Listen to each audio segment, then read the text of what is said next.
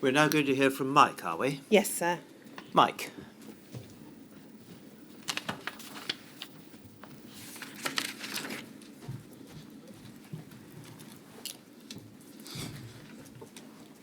Please state your full name Michael O'Driscoll. and repeat after me. I do solemnly, sincerely, I do solemnly, sincerely, and truly declare and affirm and truly declare and affirm that the evidence I shall give that the evidence I shall give shall be the truth, shall be the truth, the whole truth, the whole truth, and nothing but the truth. and nothing but the truth.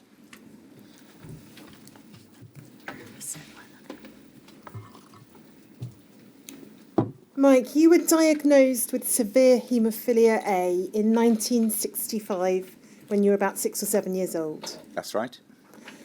And you'd had numerous bleeding episodes up till then. Yes. And your recollection is you were treated with whole plasma and then cryoprecipitate. Yes, I'm pretty certain that was it. And that was mostly at Worcester Royal Infirmary, occasionally the Oxford Haemophilia Centre. Yes, I think it was in Oxford for dental extractions, but my regular bleeding was usually into my knees, and that would just be sort of bed rest, legs strapped up and cryoprecipitate until it settled down. In 1971, you and your parents moved back to Ireland. That's right. And you stayed there until June 1979. Yep. Living in the Cork area. That's right. And again, you had numerous bleeds throughout that period, and as far as you can recall, you were treated with cryoprecipitate. That's right. You moved back to London in the middle of 1979. Yes. And then you came under the care of the Royal Free Hospital. That's right. Dr. Tiddenham, Dr. Kernoff, and later Dr. Lee. That's right. And you stayed with the Royal Free Haemophilia Centre until June of 1987. Yeah, it was in the year, I think it was. It may have been May. I think June. May or June. You were put on home treatment with factor 8 in late 1981. That's right. And from that point onwards, you received factor 8 products rather than cryoprecipitate. I can't remember for certain whether it was, once I was on factor 8, whether I ever had cryoprecipitate again. I can't really recall. But I remember certainly by 1981, it was all factor 8 because I never had cryoprecipitate at home. So I'm, probably 90% sort of factor 8. There may have been cryoprecipitate. I can't recall. Henry, can we have up on screen, please, 2384024? This is a list of products that you received.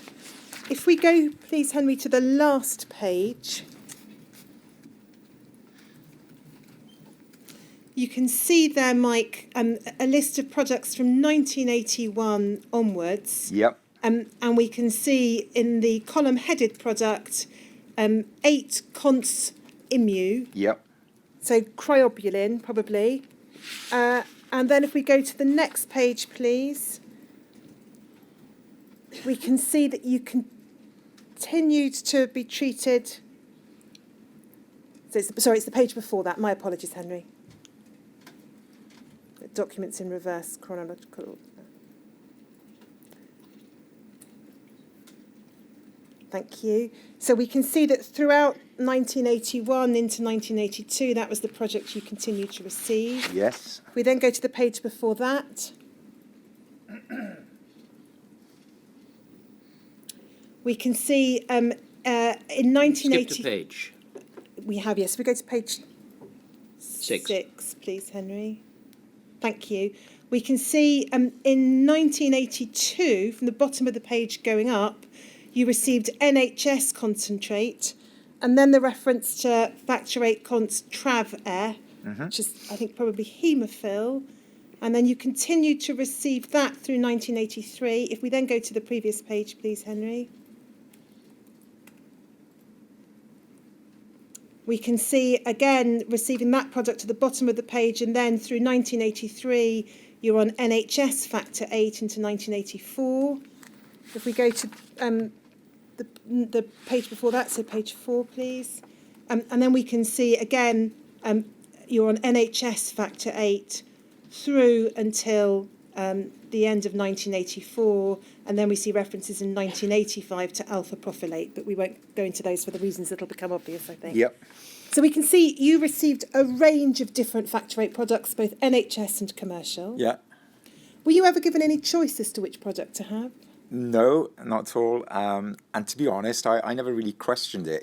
To me, it was just Factor 8, and these were the doctors, these were the experts. So you assumed that they knew that what they were doing, and if they were changing you from one product to another, that it would have been medical reasons, I presume. But I never questioned it. It was just Factor 8, and it was allowing me to live, to be more independent as far as I was concerned. I mean, once I was on home treatment, that meant I had to spend less time in hospital.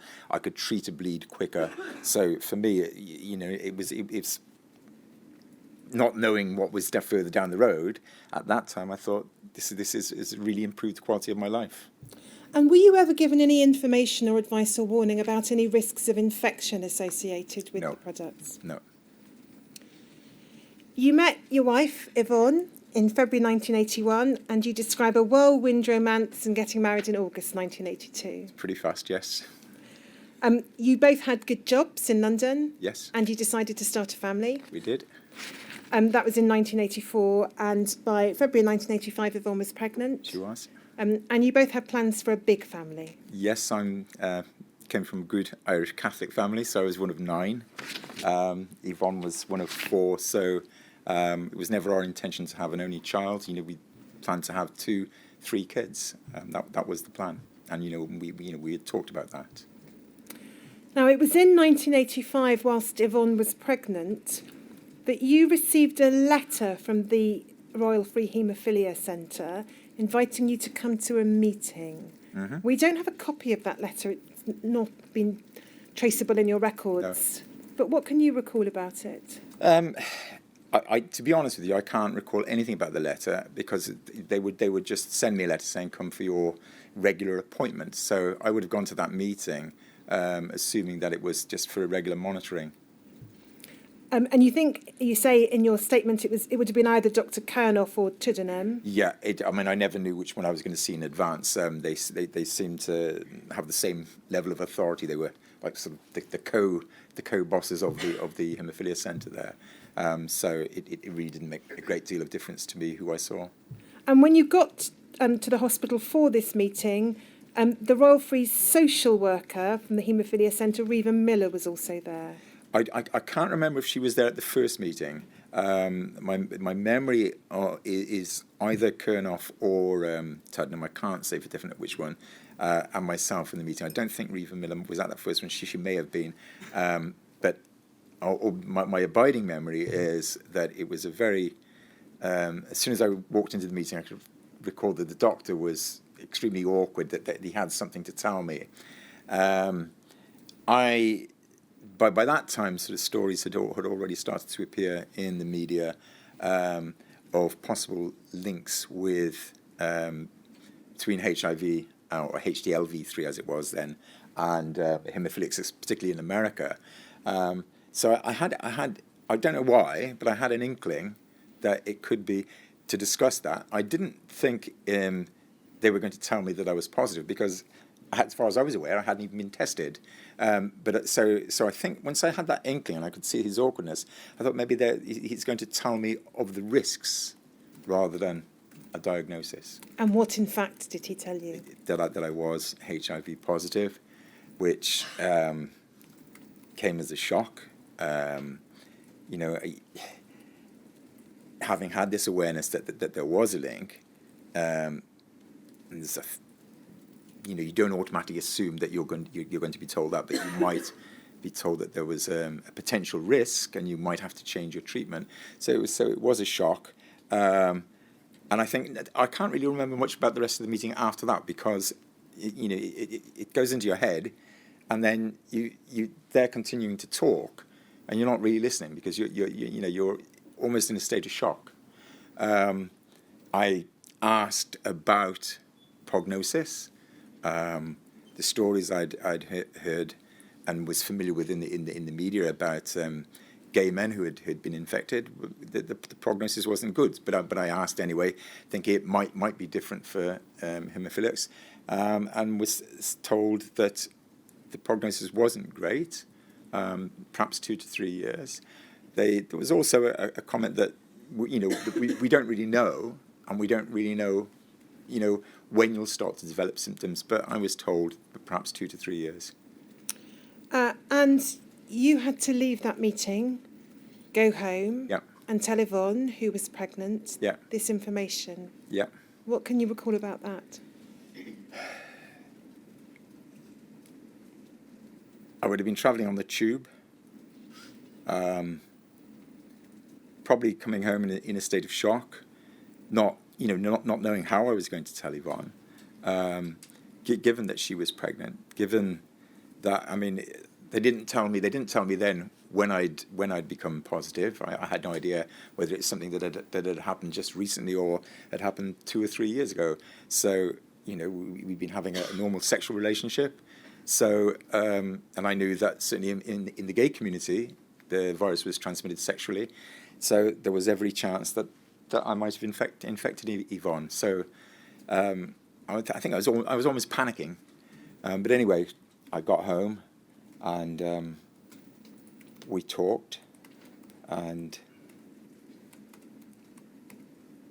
Yvonne was as shocked as I was. It was I was 25, almost 27. Suddenly being told that you'd had, in effect, what was a death sentence. It's not something that you can say, or you can just sit down and say, okay, well, we've had that chat.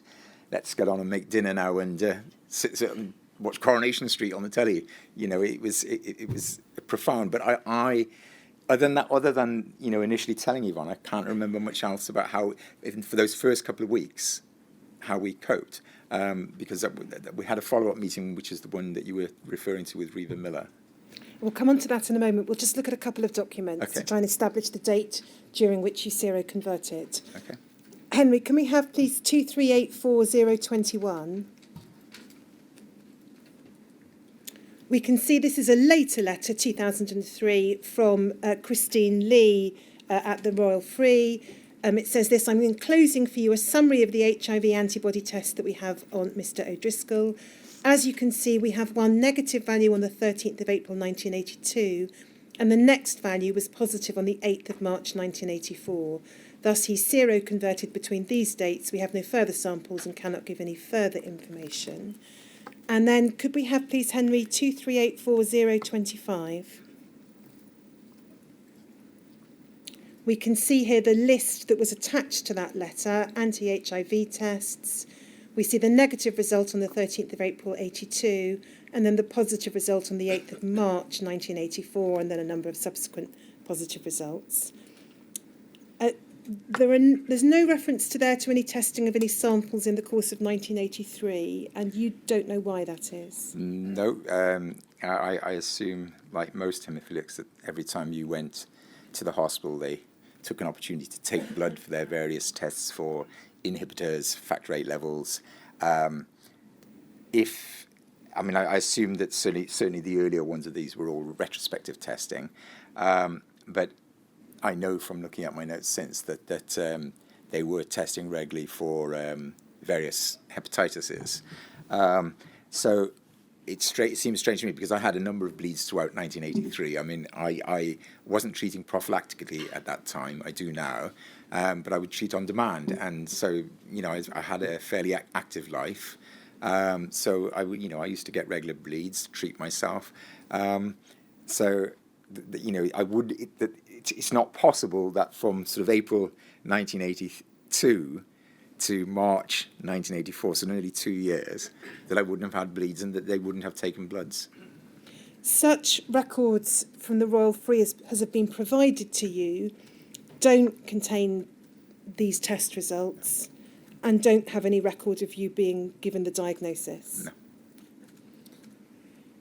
You then had a follow-up meeting with Reva Miller at the Royal Free. What can you recall about that? I think you and Yvonne both went to that. Yeah. That we were invited to go along. They knew Yvonne was pregnant. Either I had told them at that meeting or had told them before that.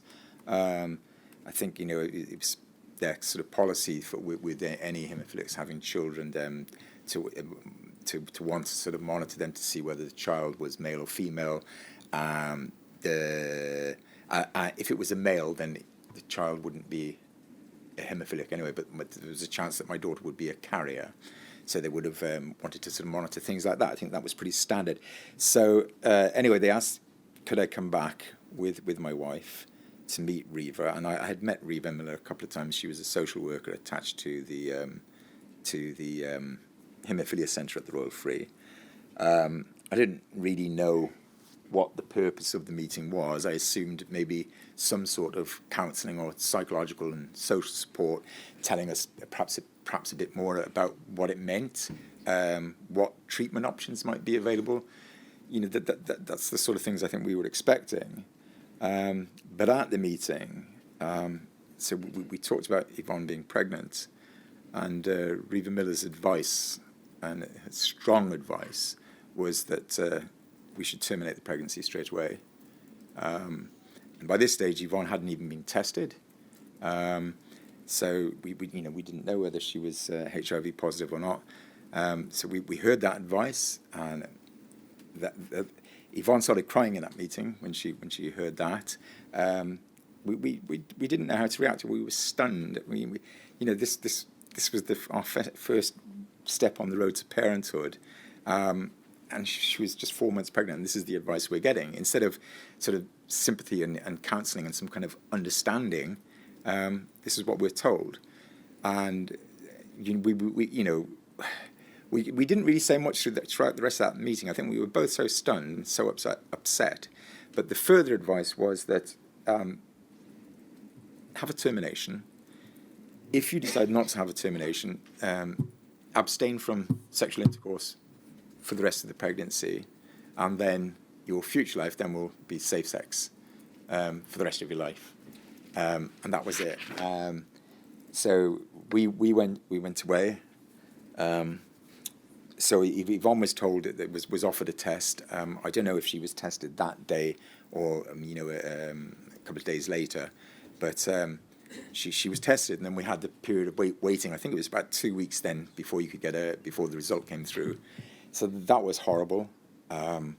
We're trying to get on. We were both working, going to work every day, and we both worked in the city of London. My wife worked for a merchant bank. I was working for a recruitment consultancy, and you had to just pretend that nothing had changed in your life. I didn't tell my friends and colleagues that I was haemophiliac. When I was growing up, my parents, teachers, doctors made decisions for me about my life and about what I could and couldn't do, and I was always kind of very resistant to that. So when I became an adult, I made decisions for myself, and I made a decision that I wasn't going to tell anyone about my haemophilia because I didn't want to be defined by it. So we're in the workplace, and suddenly, I'm carrying this that I've got HIV.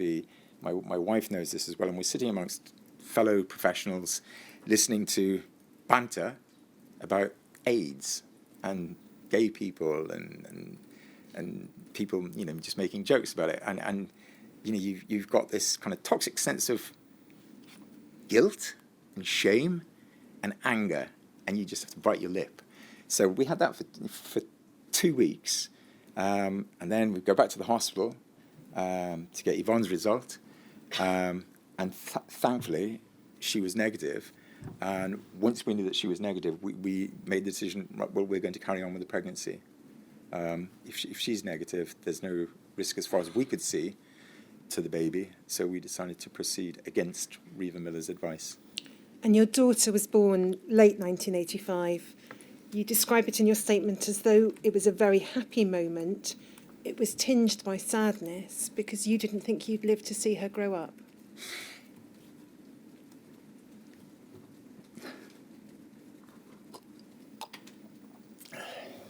That's right. This was supposed to be the highlight of our lives thus far, the birth of your first child. In June or July, whenever it was, I was told, I didn't even know if I'd make it to, I wasn't ill, but I had no idea. I think the doctors didn't know that much more about it than I did. So you didn't know how quickly you could become ill. Anyway, I made it to my daughter's birth, and it was a really kind of happy moment. But that was there in the back of my mind. We both talked about it. Whether that there were all these milestones down the road. Would I see her first steps? Would I hear her talk, her first words? Would I see her on her first day of school? All of these things. We had other friends at this time who'd started families, and we were seeing their kids starting to grow up and starting to walk, and we were looking forward to that. And suddenly, that was all thrown into doubt. In 1986, you describe in your statement having to take some time off work because of flu-like symptoms. Mm-hmm. You hadn't wanted to explain your diagnosis to your employers, and some scepticism was being expressed to you as to why you needed that amount of time off work. Why did you need 2 weeks off work for a cold? And I didn't know for sure that it was anything to do with AIDS. I mean, in retrospect now, I think that it was, but it was like a very severe cold, high temperature, fever, and all I could do was stay in bed, drink fluids, and take paracetamol, and that's what I did. But that went on for 2 weeks, so my employers were very sceptical about it. I wasn't going to tell them my diagnosis. I thought, just get through it, which I did, and eventually went back to work, but was finding it. I had quite a high pressure job. I was by this time I was managing a branch in Ilford. And we specialised in the recruitment consultancy I worked for, specialised in the construction industry. So recruiting anything from architects to tradesmen, plasterers, carpenters. So the branch that I was running, we supplied mainly shop fitters to the construction industry. And I had a decent salary, but most of my income was commission. So, the harder you worked, the better you were at your job, the more money you earned. And it was expected as branch manager that you would put in the extra hours, that you worked harder than your staff, and I was finding it increasingly difficult to perform at the level that I had been. And you've explained in your statement over the course of that year, finding it harder to cope with the demands of the job. You were taking out your feelings of anger and helplessness on Yvonne. Yeah. And you ended up going through process of marriage guidance counselling for a period. At the time that I was ill, it had got so bad. One of my brothers was living in London, and I went and stayed with him for 2 weeks because things had deteriorated so badly between the two of us. When I got sort of back on my feet and was still trying to cope with my job, things got a little bit better with us, and Yvonne suggested that we go to Relate, or the Marriage Guidance Council, as it was then, for some kind of support to maybe help us work out what was right. I think at the time, we didn't think this was anything to do with HIV. We thought this is, there was no financial pressure on us at that time. I mean, we both had good salaries, but we assumed these were the sorts of things that any young couple goes through.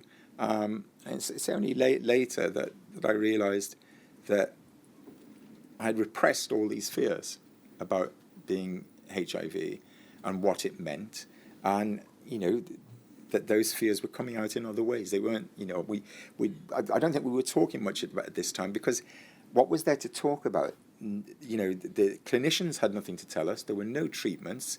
We weren't being offered any sort of other supports and any psychosocial support. Our only support was ourselves. And at this stage, I think it got to the stage where we weren't talking.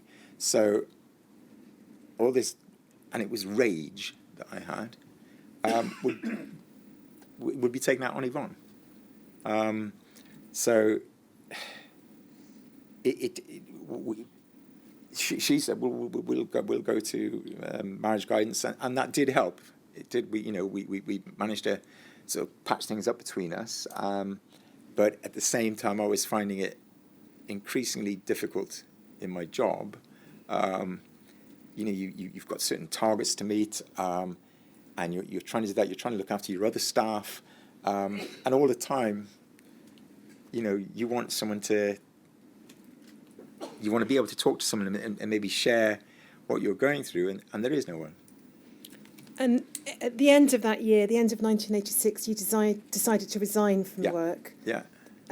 Yvonne returned to work, and you stayed at home to spend time with Jessica because you were still preoccupied with the idea you wouldn't see her grow up, and you wanted to maximise the time you had with her. Yeah, I mean, it's weird, but things kind of worked out quite fortuitously because we had a childminder arranged for Yvonne to go back to work after 6 months of maternity leave. But the childminder we had didn't work out. We didn't take to her, and she was constantly complaining about Jessica, so that only lasted about 3 weeks. I had already started looking for other jobs. I was having interviews with other consultancies. Because of what had happened when I had taken time off work, there was, my relationship with my area manager and the director had kind of soured somewhat. So I thought, perhaps if I move on, I'll be able to get my mojo back and start doing as well as I used to. Again, not thinking this had anything to do with HIV. But so when the childminder didn't work out, and it just, and I thought about this, I'm trying to do this job, which I'm no longer enjoying. I'm not happy. I'm really struggling, and I'm not getting the time with my daughter. So why don't I look after Jess full time until I feel well enough to go back to work? And Yvonne earned more than me anyway. She's smarter than me. She was an accountant at that time, working for a merchant bank. So we felt that we could survive on Yvonne's salary.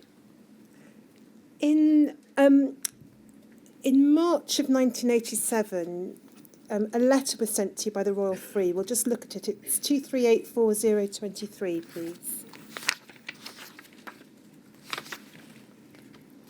We can see it's dated the 6th of March 1987, addressed to you, and it's from Dr. Kernoff, Professor Kernoff, and it says this: as I'm sure you know, a problem of concern for some years has been the transmission of non-A, non-B hepatitis viruses by clotting factor concentrates.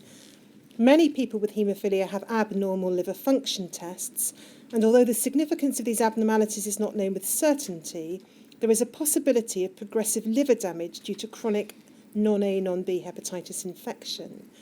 Recent evidence suggests that a newly available drug, Interferon, can be beneficial in the treatment of people with possible chronic non-A, non-B hepatitis by normalising LFTs and preventing progression of liver damage. We shall be starting a clinical trial of Interferon in the near future, and I wondered whether you would like to participate. The main problem, so far as you are concerned, will be the inconvenience of attending for blood tests at frequent intervals. I should also mention that in order to be sure that any benefit is due to Interferon, some people included in the study will act as controls, i.e. not receive Interferon until the value of the drug is proved, and then you were invited to respond. Can you recall receiving that letter and what you thought of it? I couldn't recall it until I actually saw it when I got my notes. And I did remember being asked to participate in a trial. But I can't remember having a discussion with him. I can only assume, because from looking at the letter, it doesn't tell me you have got non-A, non-B hepatitis. It talks about the possibility of haemophilics developing this. So, as with any trial, it suggests it's a new drug, it's an experimental drug. I didn't particularly fancy the idea of being a guinea pig. So there was that reason for not wanting to go on the trial. And also, more practically and more immediately for us, we were just about to relocate from London down to South Wales. So I declined. But at that point, non-A, non-B hepatitis had not previously been discussed with you. Oh, no. I mean, I'd never heard of it. I had there had been no conversations with the doctors about any form of hepatitis. In May 1987, you moved to... Yeah. And You then transferred your care to the Swansea Haemophilia Centre at the Morriston Hospital under the care of Dr. Al Ishmael. That's right. Now, you already mentioned you planned a larger family. Mm-hmm. And so in 1987, you decided to try to conceive again. Yeah, we sought advice, but there wasn't really any, as a haemophiliac, I kind of guess I expected, the Haemophilia Society to be able to answer our questions. I remember phoning the Haemophilia Society and asking, was there anyone I could talk to about this, about what was the risk? But no, they didn't have anyone we could talk to. This was before the McFarlane Trust existed, so there was no, and I didn't know any other groups. I didn't, I wasn't a gay man, so I didn't, I wasn't in contact with Terence Higgins or Body Positive or any of these. So the only person we could really ask was Dr. Ishmael, and I remember talking to Dr. Ishmael about it, and Dr. Ishmael just being completely embarrassed. It's probably like teachers who have to do sex ed classes with a bunch of hormonal 14-year-olds or whatever, and it was just very, very awkward. But his advice, to be fair to him, he gives advice, and his advice was, no, don't do it. But we investigated ourselves as best we could, and we thought, right, well, if we can work out Yvonne's cycle and find out when she was ovulating, then we would take the chance to have unprotected sex in the hope that she would get pregnant, and that we would do that. Once we'd done that, she would go and have a test, a HIV test, and then we would wait to see whether she'd conceived or not. So my recollection is that we tried about 3 or 4 times. Over 2 months. For 2 months. Okay, so probably two occasions. 2 cycles, yeah. 2 cycles. And Yvonne didn't get pregnant, and the kind of just the trauma of the fear. Sorry, yeah, the fear rather than trauma of waiting for the test results on both those occasions was just too much. We couldn't, looking back, I think it was foolhardy, but I think it's just a measure of how desperate we were. By 1988, you had been suffering further infections and flu-like symptoms. Yeah. But the two of you decided to try artificial donor insemination at a local fertility clinic. Yeah.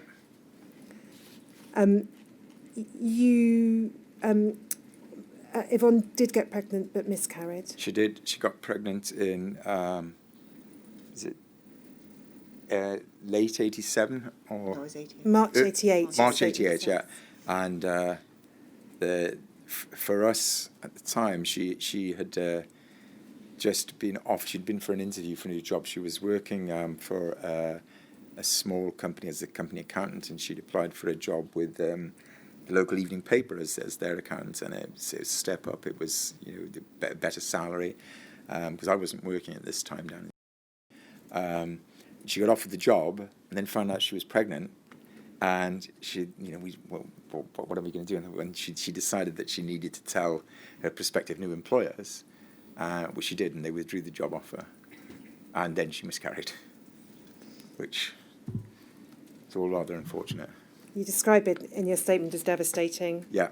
But you persisted with attempting donor treatments at a clinic in London at your own cost. Yeah.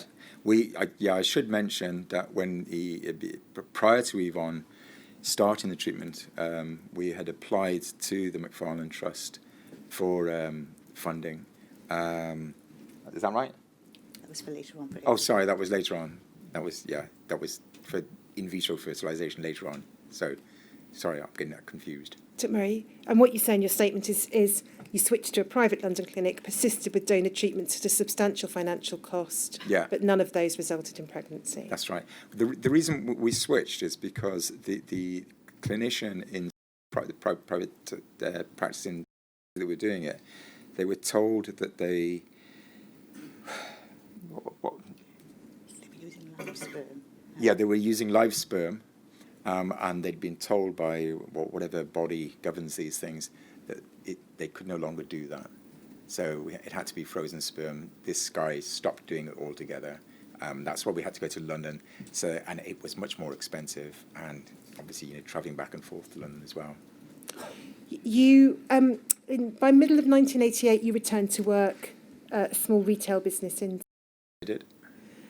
And you continued to have your care at the Haemophilia Centre in Swansea. Yeah. But over the 2-3 years that followed, you were increasingly struggling because of your health. Yeah. What can you recall about that? So we're into the sort of late 80s, early 90s. There were again, there was no medication for HIV as such. The frontline medications were to treat the sort of kind of opportunistic infections that that would kill people. So things like PCP, Kaposi sarcoma. To be honest, I don't even know if there was a treatment for that. But PCP was a big killer. It's a form of pneumonia. And that the frontline treatment for that was a drug called Septrin. So Dr. Ishmael asked me, would I go on Septrin and it will stop me getting this pneumonia? And I agreed. He didn't tell me that there were potential side effects. He just said that you need to be on this. So I went on Septrin. I think it was late 91 or 92. Your statement suggests November 92. Right, yeah. So, and I think it was a matter of 4 or 5 weeks, and I suddenly developed fever, high temperature, skin rash, nausea, and I was taken to hospital. We didn't know. We assumed that it was something to do with HIV. I was taken to hospital. Admitted again the whole rigmarole of having to go through A&E. You would tell them I'm HIV positive haemophilia. They wouldn't know what any of that was, and you'd have to wait till they got dragged out a hematologist from somewhere, and then you might not be familiar with that hematologist, and I was ill, I was burning up, and I'm trying to explain to them what my symptom, my diagnosis. Anyway, they started me on various different antibiotics, thinking it was something HIV related. But after I think a week, someone at the team, and I suspect it was the GU clinic, the GU clinician. I think they consulted him, and he asked the question, "Is he on Septrin?" Stopped Septrin, and they stopped Septrin. And within a day or two, my symptoms had alleviated. So it was an extremely toxic reaction to Septrin. Well, we've looked at that last letter from the Royal Free in 1987 about non-A, non-B hepatitis. You recall being told by Dr. Al Ishmael in the early 90s that you had hepatitis C. And the first I knew of it was January 93, I think. There's a letter. We'll have a look at that. 2384015, please, Henry. And we can see there, it's the 21st of January 1993, addressed to your GP. It says, I reviewed Michael in the haemophilia clinic today. And then if we go to the third paragraph, I explained to Michael the fact that he has been exposed to hepatitis C through previous treatment with factor VIII concentrate. His hepatitis B antigen test is negative. His liver function test shows mildly disturbed liver function, and that's explained. And then it says currently there's no approved treatment for hepatitis C, but interferon may be considered as an option in the future. So that would suggest that in the haemophilia clinic, 21st of January 93, that's when you were told you had hepatitis C. Yeah. Had you been aware you were being tested for hepatitis C? No. We'll just look at 2 earlier documents. So that's January 93. If we now have 2384016, please. We can see this is a letter just over a month previously, so the 10th of December 1992, to your GP again, referring to a review in the haematology clinic that day. And it says in the last paragraph, I've arranged to review Michael in the haemophilia clinic in due course. We will need to follow up the changes in his liver function tests with raised aspartate transaminase and gamma GT. These may well be secondary to the hepatitis C infection which he had. Were you told in December 1992 that you had hepatitis C? No. And then we'll have 2384018, please. We can see this is dated September 1991. There are two date stamps, 9th of September 91 and 13th of September 1991. Hepatitis B surface antigen negative, antibody to hepatitis C positive. So autumn of the previous year, September 1991, a positive hepatitis C result. Was that communicated to you? No. Were you aware you were being tested in the autumn of 91? No. So you didn't learn that test result until January 93? That's right.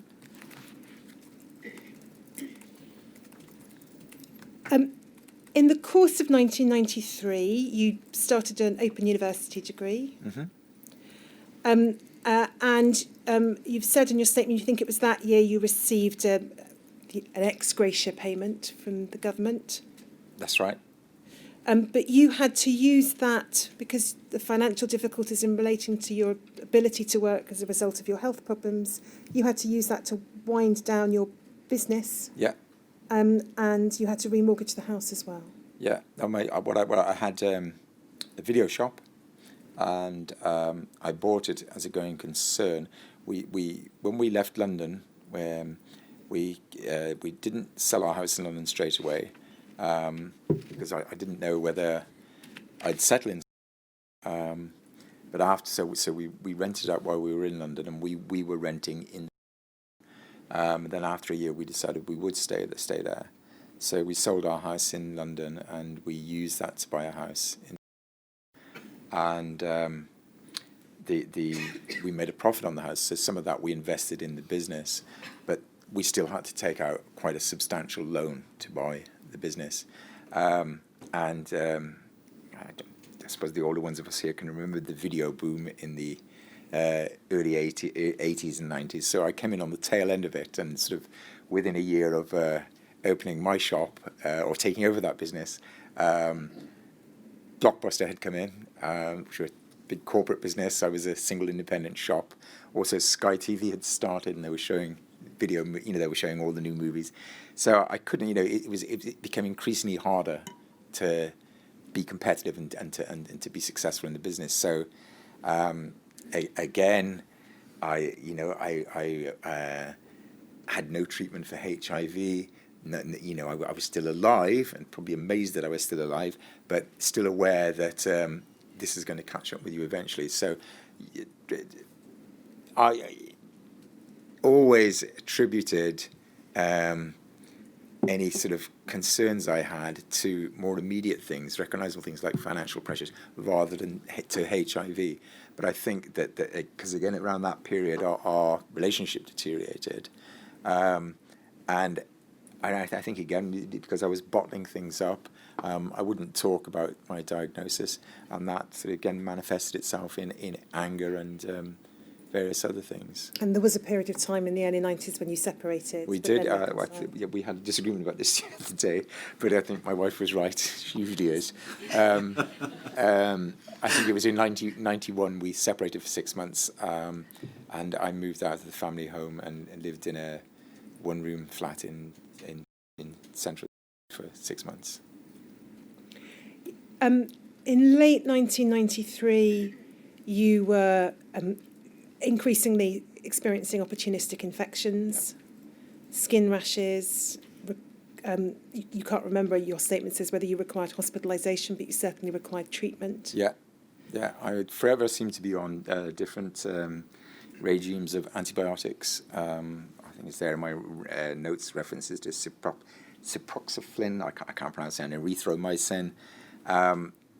I think basically they didn't know what to throw at these illnesses. So it would just be a whole range of broad spectrum antibiotics, and half the time they would, they would make you feel worse than you were. My biggest problems, and I'm sure these are common to all of us who were, struggling with HIV in the early days, were I had seborrheic dermatitis. I got used to it, but this wasn't a skin rash that was around for a week or so. This rash probably lasted the best part of 3 or 4 years. And it was there, and I was very self-conscious about it. Don't forget, I was working in a shop, I was meeting people, I was, face-to-face with people every day, and I had this really, really noticeable, horrible rash, big red splotches all over my face, and I had tried various different creams and compounds for this, and nothing seemed to be able to clear it up. I also suffered with a lot of oral infections, oral hairy leukoplasia, thrush, and again, these things they affect your sense of taste. I do all our cooking, and I've always enjoyed food, and I like food, and so when you lose the ability to taste food, it's kind of strange, and I find that hard to deal with. So yes, fatigue, chest problems, but I just got on with it because there was nothing that they could really do. You say in your statement that it was in probably late '94. Yvonne went to see a consultant to discuss the possibility of IVF treatment. Yeah. But you weren't able to proceed with that because of the cost. Yeah. And you did see whether you could get it funded by the McFarlane Trust. Yes, yeah. I found in my records letter that Dr. Ishmael had wrote on our behalf, because I'm sure you've probably heard this from other people who've given evidence. The McFarlane Trust. So they made monthly regular payments, but they also had a pot of money where you could apply for funding for specific things, and it was usually to do with your house. So if you needed home improvements, and we did access this, we got a grant to put a new boiler in our house. We had a coal-fired boiler, so we changed that. We needed a new bed. And anyway, we thought we'd apply for funding for this. And Dr. Ishmael wrote this letter saying that our inability, he was telling the truth, that our inability to have a family was directly attributable to my infection with HIV. But anyway, despite his letter and despite us sending sort of various quotes from different organisations who were providing that service, they declined. They said it wasn't within their remit, and they wouldn't fund it. So we just couldn't afford it. You also in 1994 started a course of treatment with interferon. Yes, yeah. So this was just over a year, I guess, after I was diagnosed. And Dr. Ishmael asked me to come in, and he probably brought it up at one of our regular 3-monthly monitoring sessions. That he told me about this drug, Interferon. I had no memory of the previous offer of a trial in 1987. I had no memory of that. So I asked him about the drug. What's the success rate? And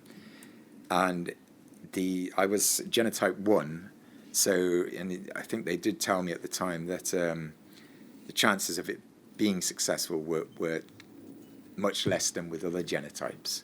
But that he felt it was still worth giving it a go. I asked about side effects and was told mild flu-like symptoms, and that was it. So on that basis, I decided, well, you have to understand as well that with hepatitis, to me, hepatitis was nothing. It didn't, and I don't say that to demean anyone who's any mono-infected. But my main concern, I didn't know anyone who had become ill of hepatitis or who had died of hepatitis. I knew I had friends who had died of HIV, so it was a much realer thing to me. So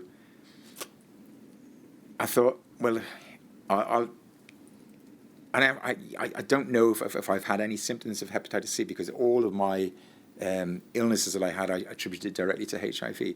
So I didn't know, but I thought, well, look, they're not treating me for HIV. There's nothing else they're giving me. I'm not taking Septrin anymore. They wanted me to go on nebulized pentamidine, but I didn't want to. I did later, but at that stage I didn't want to. So I decided, well, I'll give it a go. And I went on the treatment, and it was just ordinary, boring old interferon in those days before it became pegylated interferon. I never really understood the difference. And it was a mono treatment, subcutaneous injections. I think it was 3 times a week. And so, yeah, I started the treatment. What side effects did you experience? This is difficult because I already had all this anger inside me, which I wasn't talking to anyone about. At the time, I thought, I had flu-like symptoms, but I was expecting that, so I didn't think that there were any side effects.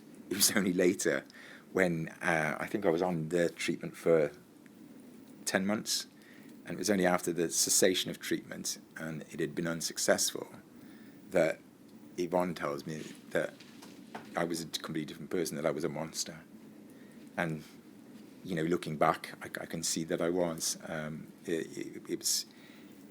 For me, I mean, I don't remember, but I know that I was used to go through periods where I was what I was, a monster to anyone around me. Just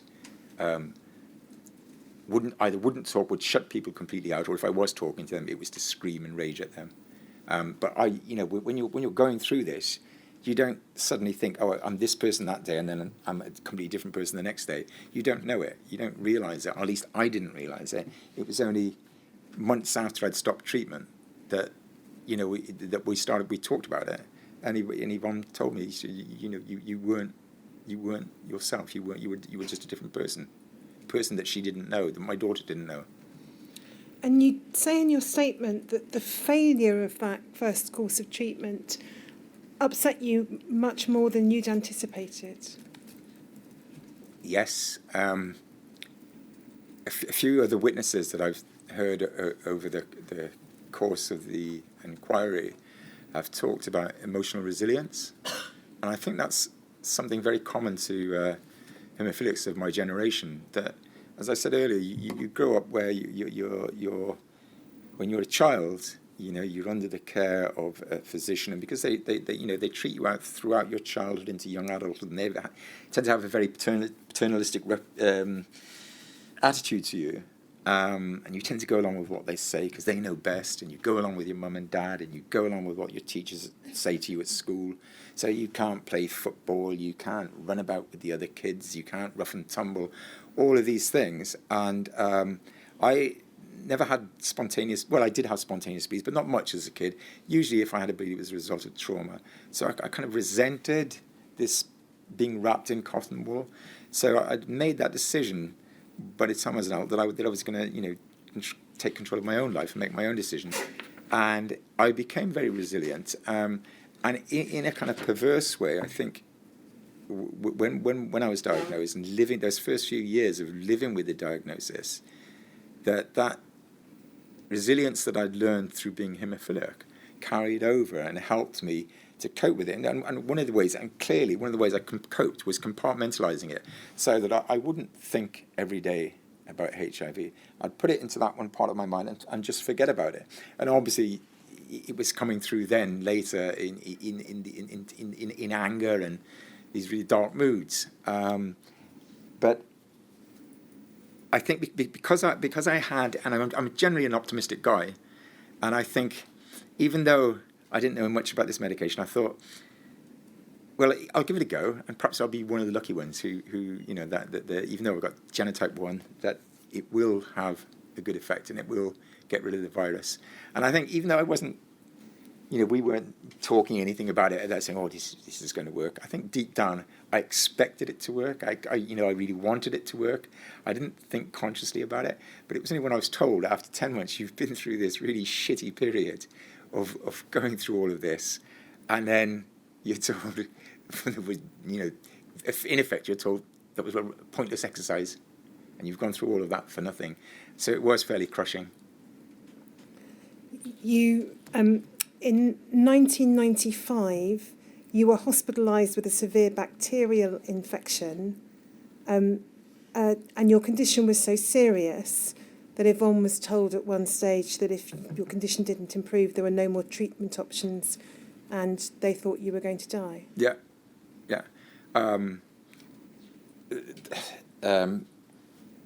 They didn't know. Again, they didn't know I had some form of pneumonia.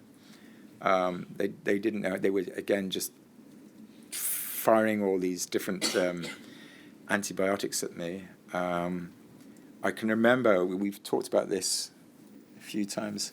For the best part of a week, my temperature was in old money in the hundreds, and I was just in a constant fever. I couldn't sleep. There were 3 or 4. I was in a separate room, which anytime I had hospitalization after my diagnosis, you were usually put in a separate room. And particularly in the early days, if any nursing staff came in or ancillary staff came in, they were always wearing, they were gloved and gowned and masked, which kind of really made you feel special. But in this room, I was there on my own, and you would just be there for long periods on my own until Yvonne. Don't forget, so my wife is working. She's changed careers. She's now working as a teacher. Jess is 9 years old, I think, at this time. We had a dog.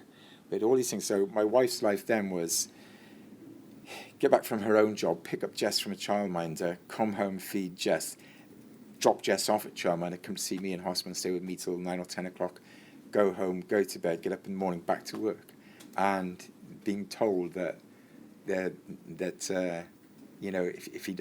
his condition doesn't change soon, then the outlook is pretty bleak.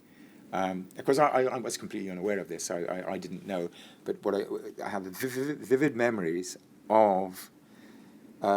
I can't remember which particular antibiotic was on, but there was one particular antibiotic, and they stopped it. And I think again, what this antibiotic was making me worse, and they had stopped it. And I remember is that Singleton Hospital looks out over Swansea Bay, so you can see the lights of Mumbles on the water, and across the bay you can see Port Talbot Steelworks, which look quite pretty at night. All the flames coming out, and that's a bit strange. But and I can just remember lying on my bed, burning up, and then suddenly, and it was very quickly that this fever broke, and I just my body began to cool down, and it was like this rush of relief going from my head down through my body, and I said to myself, Christ, you're going to live. Mm-hmm. And that, because I thought I was so ill that I thought I was on the way out. In 1997, Dr. Ishmael, your haematologist, referred you for management of your HIV to the GUM clinic. Yeah, that's not. I know I put that in my statement. That's not strictly true. What happened was, by this stage, I was actively involved in 2 support groups. One, which Birchgrove, which was for HIV positive haemophilics. The other one was a HIV group It's a self-help group set up by gay men and drug users, and I've become heavily involved in both groups. And the guys at the organisation was called SWISH, which is obviously a gay term, but it also stood for South Wales Immune Deficiency Self-Help. Self-help, Swansea, South Wales Immune Deficiency Self-Help Group. And I started asking these guys about where they were getting their treatment, because obviously my treatment or my lack of treatment was happening or not happening at the Haemophilia Centre. And they told me, well, we go to see Dr. Jürgen Nathan at the GUM clinic. And he was also one of the patrons of that organisation.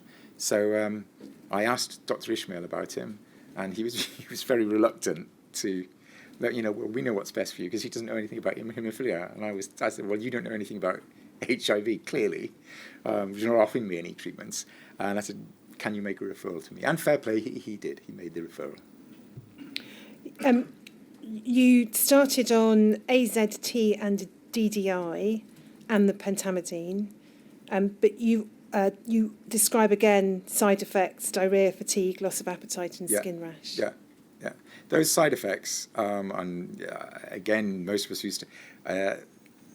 Most of the guys that I know started treatment around 97, and I think it was because up till then the only sort of monitor they had of health was measuring your CD4 counts. But and obviously with CD4, the lower it was, the more likely you were to have a disease progression.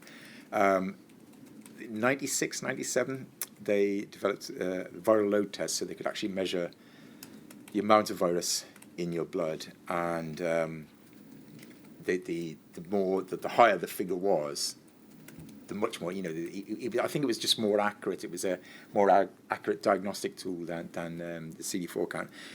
So the first thing that Yoga Nathan did was take a CD4 count, a viral load. And on my first viral load account, his strong recommendation was that I start treatment. So I did. But yeah, sorry, I missed the point. You asked me about side effects. We all changed medications many times over the course of the following years. I had side effects, the same side effects, skin rash, bad skin, and severe diarrhea for probably the next 15 years. So they weren't, whatever combination I went on, those side effects were always there, and you just lived with them. You managed it. That became your sort of life. It was in 1997 that the two of you decided to explore the idea of adoption. Yeah.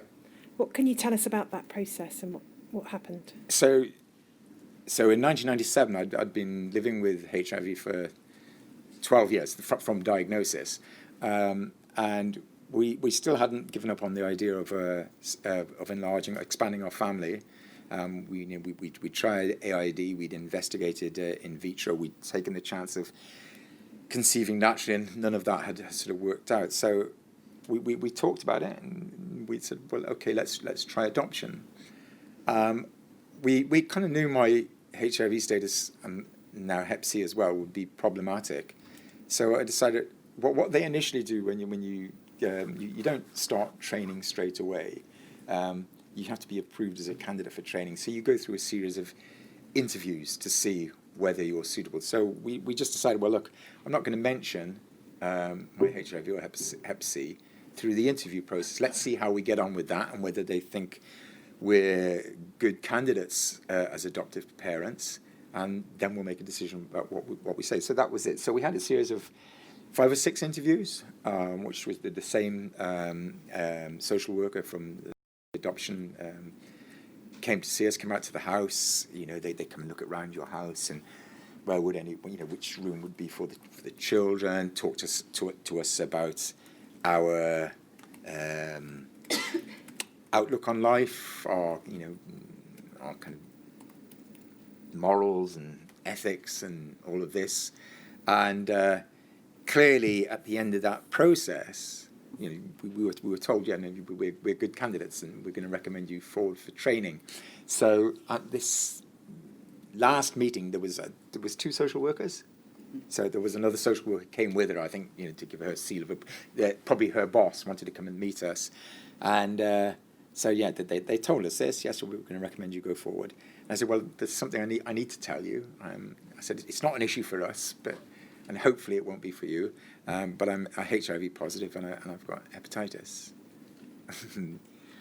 Straight away, you could tell by their reactions that, oh Christ, what's this? Where do we go from here? And I'm not. They had probably never encountered this before. They probably hadn't had people with HIV. I suppose. I mean, I don't know, but clearly they were shocked, and they didn't know what to do, and they left it with us. They'll have to take it further up the line and get advice on how to proceed. So fine, we understand that. So a week goes by and we don't hear anything, and then another week goes by, and then we're starting to chase them. So, well, what's the decision? And they were very reluctant to give us a decision, and then they did say it, but verbally, over the phone, that I'm sorry, we've decided that we can't proceed with it because of your diagnosis. The prognosis would be that you would be dead, and we don't want to be putting a child into that situation. And I explained, that I've been living with this for 12 years. I know it better than you what my prognosis is. I'd started on treatment, but no. So we said, well, can we have that in writing? And Yvonne was very insistent she wanted it in writing. We were both very upset. We were actually devastated that, because this seemed to be the last crushing blow on our hopes of expanding our family. So we did eventually get a letter explaining what I've just told you, the reasons why. We looked long and hard for that letter, and I can't find it, but that was the decision, and that was the end of that. You were subsequently approved as foster carers. Yeah. There was a social worker called Tim Hunt, who was I met through Birchgrove. He was the guy that introduced me to Birchgrove, and he was a great guy. If I was making an application to the McFarlane Trust for funding for the boiler or whatever, Tim would, he's very good. He would write letters of support, help me get quotes. So Tim knew that we were going through this process of adoption, so he asked us about it, and we told him what had happened.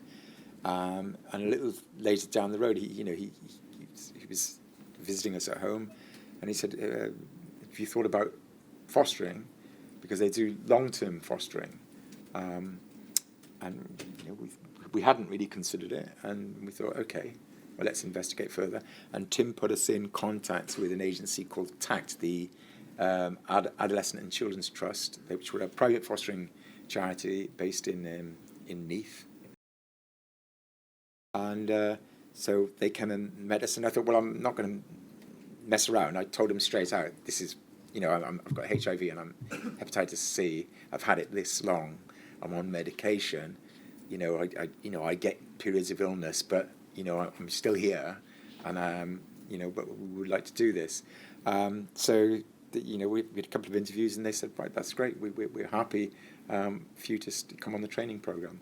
So Yvonne was teaching by now, so I was going to be the main carer. So Yvonne did do some training, but I did the bulk of the training.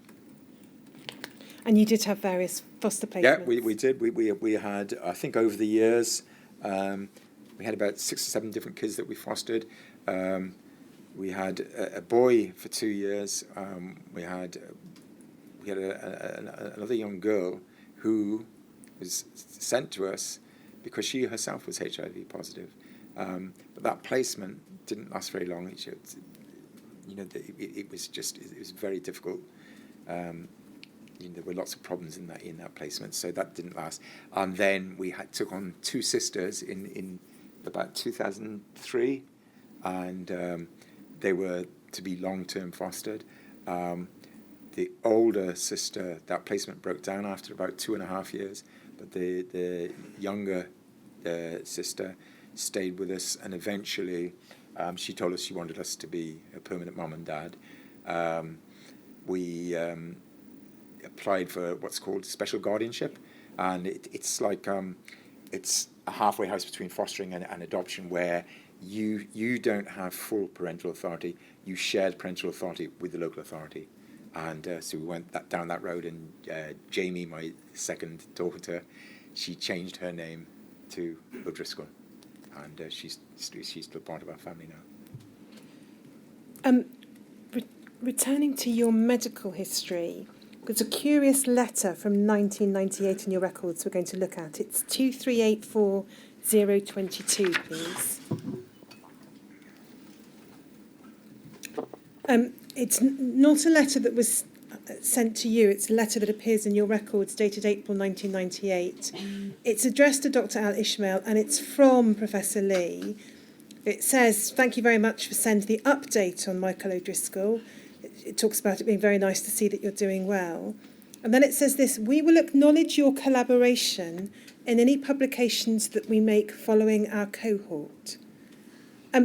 Did you know, first of all, that updates on you were being sent by Swansea Hospital to the Royal Free? No. Do you know what is meant by the cohort or possible publication? Well, I know what the word cohort means, and it suggests a specific set or group of people for some purpose or other. Given that it's medics, I presume it was some sort of trial, perhaps. But I had no knowledge of any particular cohort, and I didn't have any idea that Dr. Ishmael was collaborating in some way and would be named as a co-author in any publication. I have no idea no idea. I hadn't seen that letter until I saw my notes. You completed your Open University degree. Yeah. Degree in humanities. And then in 2003, you embarked upon a second course of treatment for hepatitis C. Yeah. This time, pegylated interferon and ribavirin. Yeah. What was that course of treatment like? At this time, there was a new consultant in Cardiff. My treatment had always been in Swansea, but through Birchgrove, a lot of the positive haemophilics were being treated still at the haemophilia centre there, and there was a new physician there, new head, a lot younger guy, a lot more progressive in his attitude, a lot more. He treated you like an adult, not like a child. I had never met Professor Bloom. I was never under him, so I don't know anything about him. But I did meet Peter Collins, who's this particular physician. I met him at some Birchgrove social events, and he said, he talked to me. He was asking about what treatments I was on, and they told me that there was a new drug that they were using in combination with a new form of interferon, and perhaps if I wanted to come up and meet Dr. Dasani, who was running the program. So I said, well, I'll give it a go. It had been nearly 10 years since my previous experiences of interferon. So I thought, well, I talked with Yvonne and said, well, hopefully there'll have been a lot of progress made in terms of the medication. So I met with Dr. Dasani, and he told me about pegylated interferon and this other drug, ribavirin. Again, there wasn't a great emphasis on possible side effects. Flu-like symptoms, mild depression. So I think that I agreed to start treatment, and I think before I did I take antidepressants then on the first time? Third time. Right, okay. I didn't take antidepressants. I think it was the third time I took antidepressants. Again, because I never saw myself as, even when I was going through all these rages the first time around, I never thought that was depression. And I never saw myself as a depressed person. So I thought, I can deal with this. I can handle it. I'll get through it. So I embarked on the treatment. And that was a shorter course, or rather, it was suspended after 12 weeks. Yeah. By this stage, they developed a viral load measure for hepatitis C as well as HIV. So they were able to. You were monitored. I would go up to Cardiff I think probably once a week for monitoring. They would do blood tests. And after 12 weeks, what they were looking for was what Dr. Dasani called a log drop. So if you can all remember your maths and sine and cosine and log books and all that. So log, basically, if you can cross off a naught, if it's 1 million, you get rid of a naught and it comes down to the hundreds of thousands, that's a log drop. And that's what they were looking for, to show that there was the treatment was making progress against the virus. And after 12 weeks, he called me in and said, we haven't had a log drop. We don't think the treatment's working. Therefore, for your health and well-being, we think it's better to stop the drug. And so they did. In 2004 or thereabouts, you received a communication about BCJD and potential exposure to BCJD. Can you recall receiving it and what you thought of that? Even before I received that, we were expecting it. Myself and other people involved in Birchgrove, we were pretty clued up at that stage. So, before this letter came out, I was expecting it. Having said that, amongst ourselves, we would laugh and joke about it and say, "Oh, another virus," even though it's not a virus, but another thing they're throwing in as well. We beat this and we beat that, so bring it on. And that was, amongst ourselves, that was the kind of attitude. But obviously, in the privacy of your own thoughts, you're thinking, shit, what is this, and how much, if it turns out that I have been exposed to it, because VCJD was very much in the news before this, and there were no treatments, and then it was another death sentence. So there was that worry about whether you had been exposed or not. You had not, as far as you're aware, received an implicated batch. I was told that that I hadn't received an implicated batch, but for purposes of public safety, that I was on some sort of register.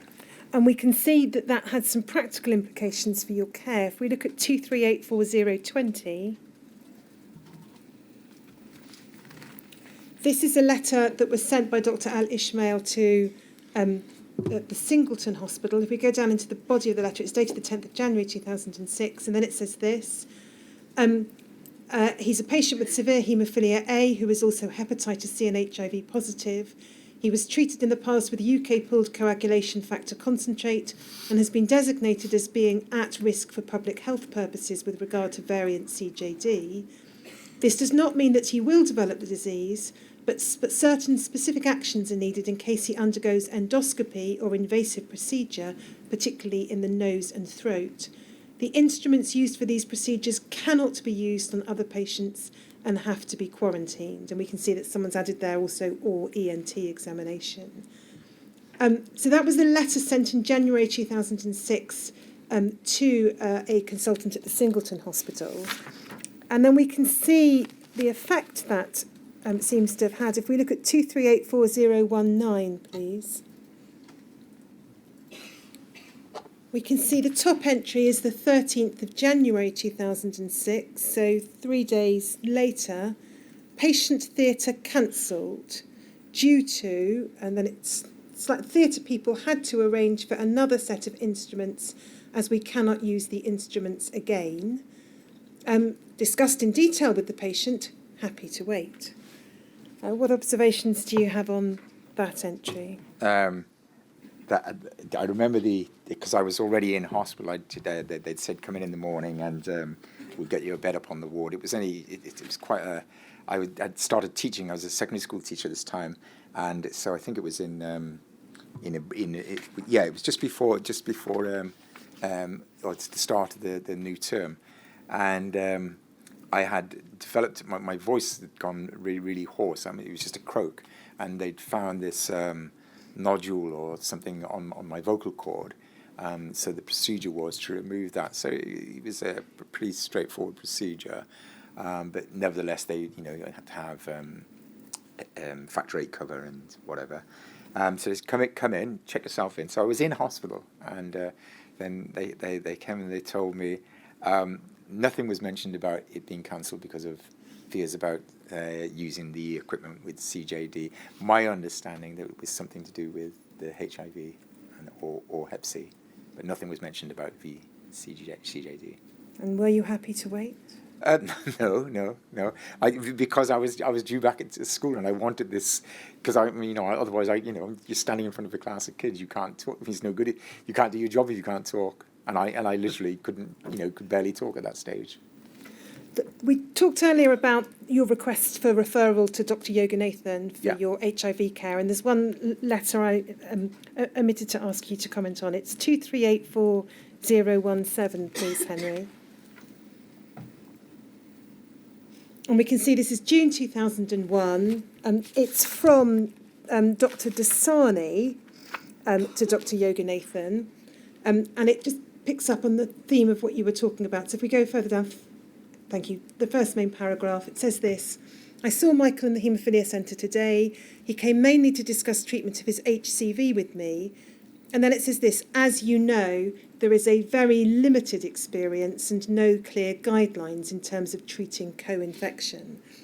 You'd been talking earlier, Mike, about haemophilia and HIV care. Here we have an acceptance by Dr. Dasani that there's very limited experience and no clear guidelines in terms of treating those co-infected with HIV and hepatitis C. Yeah, I mean, that was my experience. That they any infection that you picked up or any problem, which I tended to always attribute to HIV, but of course it could have been hepatitis. I didn't know. I'm not a clinical expert, so I didn't know what caused these things, but it was always kind of the same. The treatment was the same response. It's bombard him with antibiotics, and most of the time when I took that, those broad spectrum antibiotics, they made me ill. So they, it's funny to see it there, that admission that we don't know what to do. We don't know how to treat these people. By April 2007, you were becoming exhausted, stressed, and depressed, and you ended up giving up teaching. I did. You say in your statement that you attribute that directly to the hepatitis C. Yep. I mean, I had finished an MA. At that time, I was doing voluntary work with a mental health charity, teaching adults literacy, numeracy, and computer skills. And I was doing that 2 days a week. I really enjoyed it. And I thought, my wife said to me after I completed my MA, she said, you seem to enjoy teaching adults. Why don't you do a PGCE and become a proper teacher, as she calls it? and I thought, okay, yeah, well, I'll give it a go. And I did my PGCE, and I loved it. It was very demanding. Sometimes you're in university, and the rest of the time you're actually out teaching in schools, not really knowing what you're doing. But I did. I loved the challenge of it. I was excited by it. And this is, I started doing this not that long after the failure of my second Hep C treatment. But I felt up for the challenge. And then I got a job. My first job was a 9-month contract to cover an English teacher while she was on maternity leave. And I went in. I was fine through most of the first term up till Christmas. But my wife's teacher, I presume there are other people here who are or may have been teachers. It's a very, very demanding job. I was in a secondary school teaching 11 to 16-year-olds. I was in a very working class district, a very socially deprived area. The kids were very challenging. So you really had to be on your toes. And I would be in school. The school day was 9:15 to 3 o'clock. But I would be in school usually by 7:45, so an hour before. And I never left school till 5 o'clock. I'd get home, cook dinner for me and Yvonne, and then into a study, doing work, lesson prep, marking, whatever it was, till 9 o'clock at night. By the time we got into the post-Christmas term, I was drinking every day. It was the only way I could cope with the pressure. So as soon as I finished work at 9 at night, I would open a bottle of wine, and I'd drink most of that myself. And that was the only, because it was such a stressful job. I just needed to kind of blank it out. So obviously with hepatitis that wasn't good for me, and it just became more and more pressure. My long-term contract came to an end. I did maybe a couple of other supply jobs, short-term, and then it was after Easter. I said, I don't want to go back. We talked about it with Brian. So I can't go back. If I go back, either I'm going to die or I'm going to kill someone, because it was that tough. You have worked since. You worked in the voluntary and care sector, and then most recently, until 2014, for a mental health charity. It was the same charity that I had worked for voluntarily before I went teaching. They were a charity who had a number of different projects. They did social housing, tenancy support. They had a drug and rehab centre, a homeless hostel. The project that I'd done voluntary work in was a day centre for adults with mental health problems. So after I had given up teaching, I ran into my old boss from my voluntary days, and she asked would I come back doing voluntary work, and I said yeah, I'd be happy to, because it's not pressure. You're a volunteer. You can come and go as you please more. Not obviously you have to make a certain amount of commitment, but it's not like teaching. So I went back on a voluntary basis, and then I started getting paid work there as cover for other tutors when they were on holiday or off sick.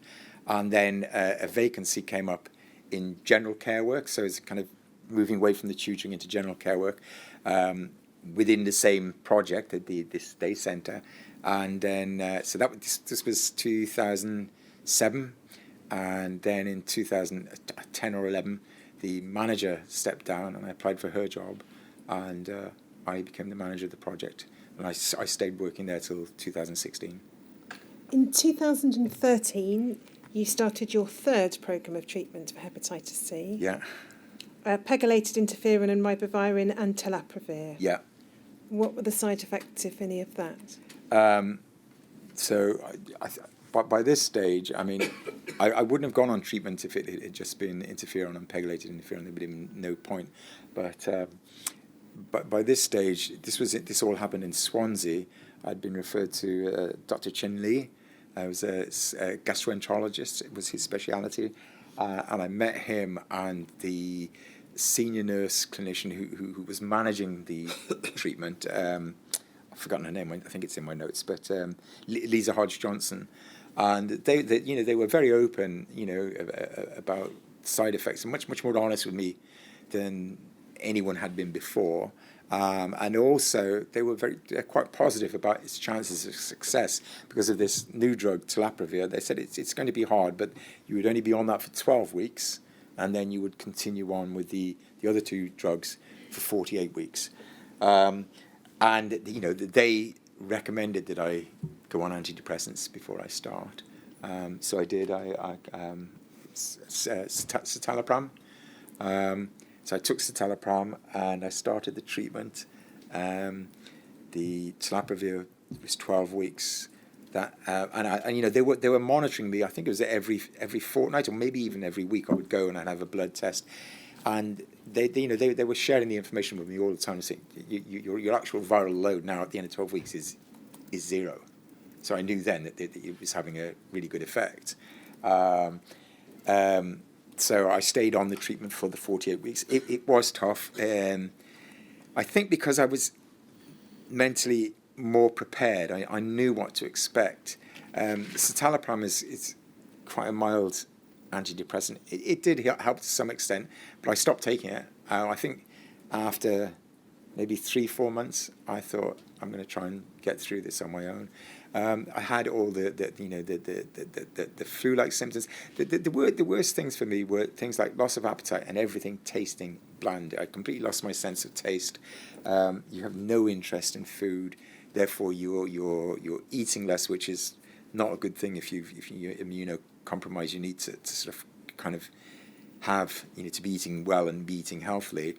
And I wasn't, but I just always kind of had this hope that this time, third time lucky, that it's going to work. So it for me, it was something worth going through, and that's how it proved. At the end of the 48 weeks, they said, well, your virus is undetectable. You're virus free. We'll measure you again in 7 months after the cessation of treatment, which they did, and you're still virus free. So. I was still virus-free back then anyway. And how is your current physical and mental health? Pretty good, I would say. I don't know, because I've had no follow-up on my hepatitis, which is not something that ever occurred to me until I started coming to these hearings. And the question was raised, and I think it was asked today of one of the witnesses, when people had cleared the virus, were was there any follow-up? And in my case, the answer is no. And it just hadn't occurred to me because I think, well, I've been cured of that. But clearly damage had been done to my liver. I mean, I'd been told my liver had scarred. So, and maybe that's my fault. I should have been more proactive in speaking to the doctors and saying, look, can you just do a liver function test to see how everything is? But again, I would have thought that they would do that, knowing that you've had this illness and knowing that it's done this amount of damage, that they would, as a matter of course, follow you up at least once a year to give you that test, or maybe an ultrasound scan, none of which I've had since I cleared treatment. So your question was, how am I physically and mentally? I eat healthily. I do all the cooking. I exercise. I go to the gym. My main passion is cycling. I cycle a lot. I joined a cycling club 3-4 years ago, and I go out and ride with them sort of nearly every Sunday. Me and Yvonne, together, we both like hiking, so we do a lot of hiking. I'm very lucky with my knees. I've had two knee replacements, both of which have been very successful and gave me a new lease of life on both occasions. I mean, my knees had, because of various bleeds over the years, it had severe arthritis. My first knee was done when I was just turned 40 in 1999. And the second one was done in 2016, which is when I gave up work. I took time off work for recuperation and decided that I didn't want, there were political stuff going on at work, and I just decided I didn't want to go back. So, yeah. I'm going to ask you in a moment about your experiences with Birchgrove, Okay. and the question of support and counselling. But before I do that, can I just ask you about your personal direct experiences of making applications to any of the trusts or schemes? Yeah. You've told us about the McFarlane Trust and the request for assistance with funding for IVF and that being rejected. In your statement, you've said you did receive help for some things. You've given us some examples, but you found the process quite arduous. From the early days, so we were given an ex gratia payment, I think it was around 1990 or 89, I can't remember exactly when, of £20,000. And then a few years later, there was a payment of £60,000. But for us personally, that was lost in the black hole that was my business. But the main thing that helped us survive was that they made regular payments, monthly payments, and these were more or less means tested, depending on your circumstances, how many dependents you had. So because Yvonne was working and had quite a decent salary, well, we would get less money than perhaps people who weren't working. I question the kind of morality of that, but that's the way the scheme was. But then they had this separate pot of money to make that people could apply to when there was a specific need. So, for example, in my case, we applied for a new boiler, we applied for a new bed, other things. So I applied when I started my OU course. I can't remember what the fees were, but I couldn't afford to pay the fees. So I made an application, and they turned me down. We don't do that sort of thing. So I enlisted the help of Tim Hunt helped me, and I argued that, look, HIV has had a direct effect on my career, on my life, my ability to continue in the job I was in. And I said, I can't be the only person this has happened to. We have periods of wellness when we can cope and maybe can work. So I said, I want to retrain and reskill myself. So this is why you should fund this. The government are always asking, we're always propagating this message about people reskilling and continuing in adult education. So eventually I was successful in getting funding for that. Now, I don't know, but I think I was one of the first people to get funding for education for the Mac Trust, and I think they changed their policy because of that. But then when I came to do my MA, they wouldn't fund that. They said, that's it, we spent that budget, so they wouldn't do any more. But more specifically on applying, it was kind of an embarrassing process because, for example, with the boiler, we already had a boiler, but it was an old coal-fired boiler. So then, why do you need a new boiler? Well, because it involves me with my dodgy knees going out to a bunkhouse in the middle of winter, and bringing in a bucket of coal, and it's just not practical. My health, with my knees, with my HIV. So we need a more modern boiler in the house, and then you would have to go away and get quotes, and you know, as anyone who's dealt with builders or people like this, trying to get people to come round to your house, unless they're sort of like sure that they're going to get the job, a lot of the time they'll make a point, say, "Oh, we'll be around," and they don't show up.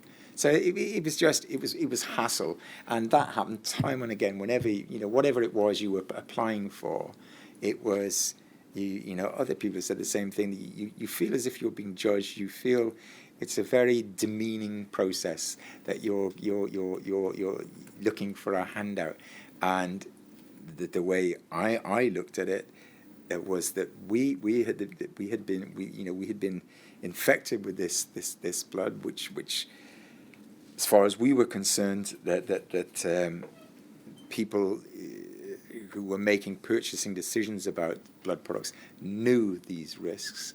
So the government was culpable as far as we were concerned. The government have set up this fund to help us. They've given it this pot of money, and yet the people administering the fund are acting like sort of government gatekeepers, like an extended arm of the DHSS. So it was very humiliating,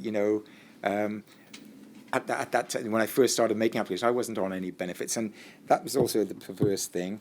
If you weren't on benefits, you got less money from the McFarlane Trust. If you were on benefits, you got more money from the McFarlane Trust.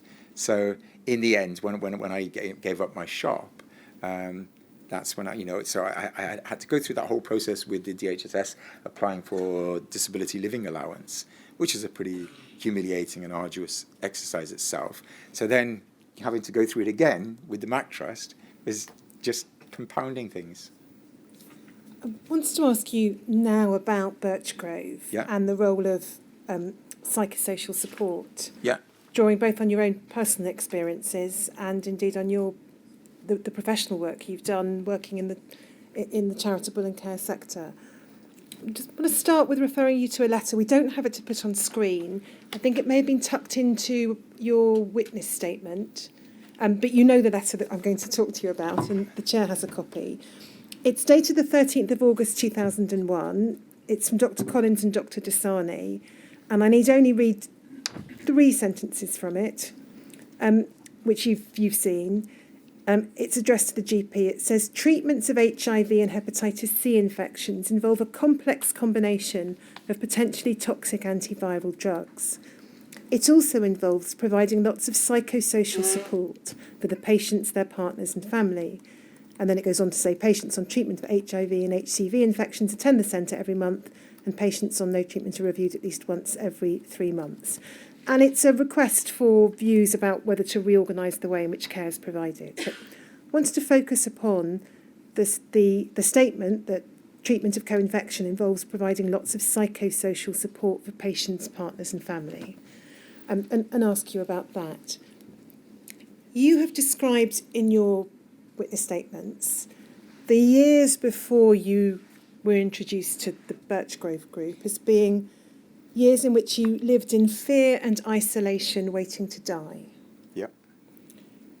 There was no psychosocial support available to you during that period? No, none whatsoever.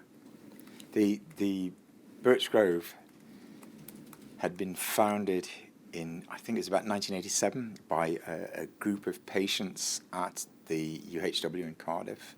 I think they might have had some help from a social worker, not the predecessor of Tim Hunt.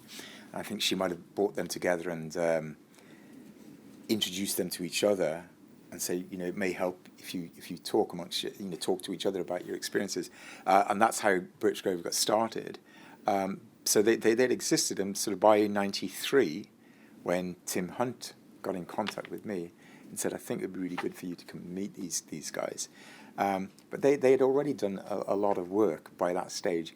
So to me, Swansea Haemophilia Centre would undoubtedly have known about them, because Dr. Ishmael and Dr. Bloom were in contact all the time.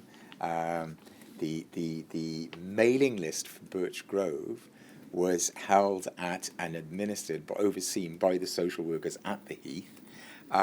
So it's impossible that Dr. Ishmael could have known of their existence, and yet neither he nor any of the nurses at the haemophilia unit in Swansea had ever told me that such a group existed.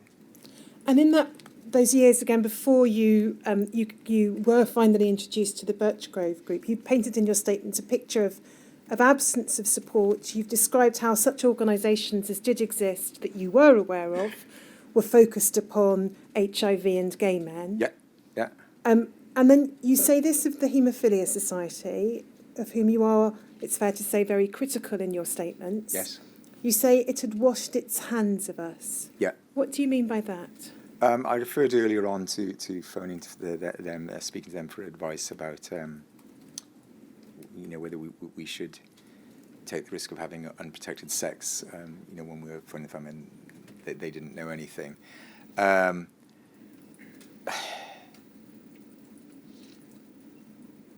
No, we were members of the Haemophilia Society. You paid, I can't remember, it was £5 a year subscription at that time, and you got their magazine. In the early days, they would cover it, and they would, there wasn't a lot of information, but they were aware that haemophilics were getting infected. But over the course of time, and certainly when the McFarlane Trust was set up in 1990, it was almost as if, right, okay, the government have set this up now, that's to take care of you. Now we can get back to our real cohort, to use a word that was mentioned earlier on. And there, being on the outside of that cohort, we could see that the cohort was non-infected haemophiliacs, particularly children. It was a nice image. We were seen, because of the associations of HIV with drug users and with the gay community, we were seen as somehow dirty. And the Haemophilia Society, we perceived it as they didn't want us contaminating the innocent little kiddies. And parents of these innocent children didn't want us mixing or associating with them. So they would just keep us over there. You're the McFarlane Trust, stay over there, don't get involved. They had a page in their magazine, was the bulletin. I can't remember how often it was published, but they stuck a little page towards the back called the Red Ribbon page, and there would be a bit of information to do with HIV and that. But on the whole, there were no workers in the early days in the society dedicated to helping, advising, giving information to people with haemophilia. So yeah, as I said, in my statement, there were organisations like THT and Body Positive. Those organisations weren't. There was nowhere for me to go. Later on, and it was through Tim Hunt, I found out about Swish, but that was in '93. That was at the same time I found out about Birchgrove. If someone had told me, but I didn't care who they were. If there was someone who knew how to live with this disease, what were your treatment options, whether it was safe to take this drug or that drug, I would have gone to them. I don't care who they were. I had no problems mixing with drug users, mixing with the gay community. If they had something to offer in terms of support, we would have been grateful. And you've described the Birchgrove group in your statement as filling a vacuum left by the Haemophilia Society. It was the Birchgrove group, you say, asking challenging questions, providing supportive information, and providing a forum to meet and share experiences. Absolutely, it was. When I was first introduced to them, Tim Hunt came and told me about them, and so they were holding this event. They were trying to get new people involved in running because the people who ran the group were all positive haemophiliacs. So it was a self-help organisation. And I was very, very reluctant to go along because I thought I had a very kind of, I thought it's going to be a bunch of haemophilics sitting around whining and feeling sorry for themselves. And it was completely wrong. This is when I met people like and Paul Jenkins and others, and they were, they were a shot of fresh air. They had so much energy.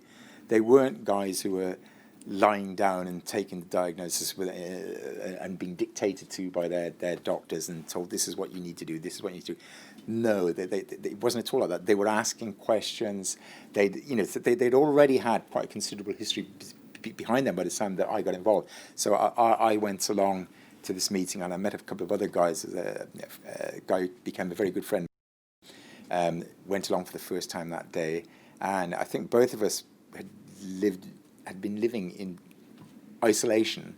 So to meet these other men we were all around the same age, and some of them had families, some of them had children, so we all had very kind of similar experiences, it was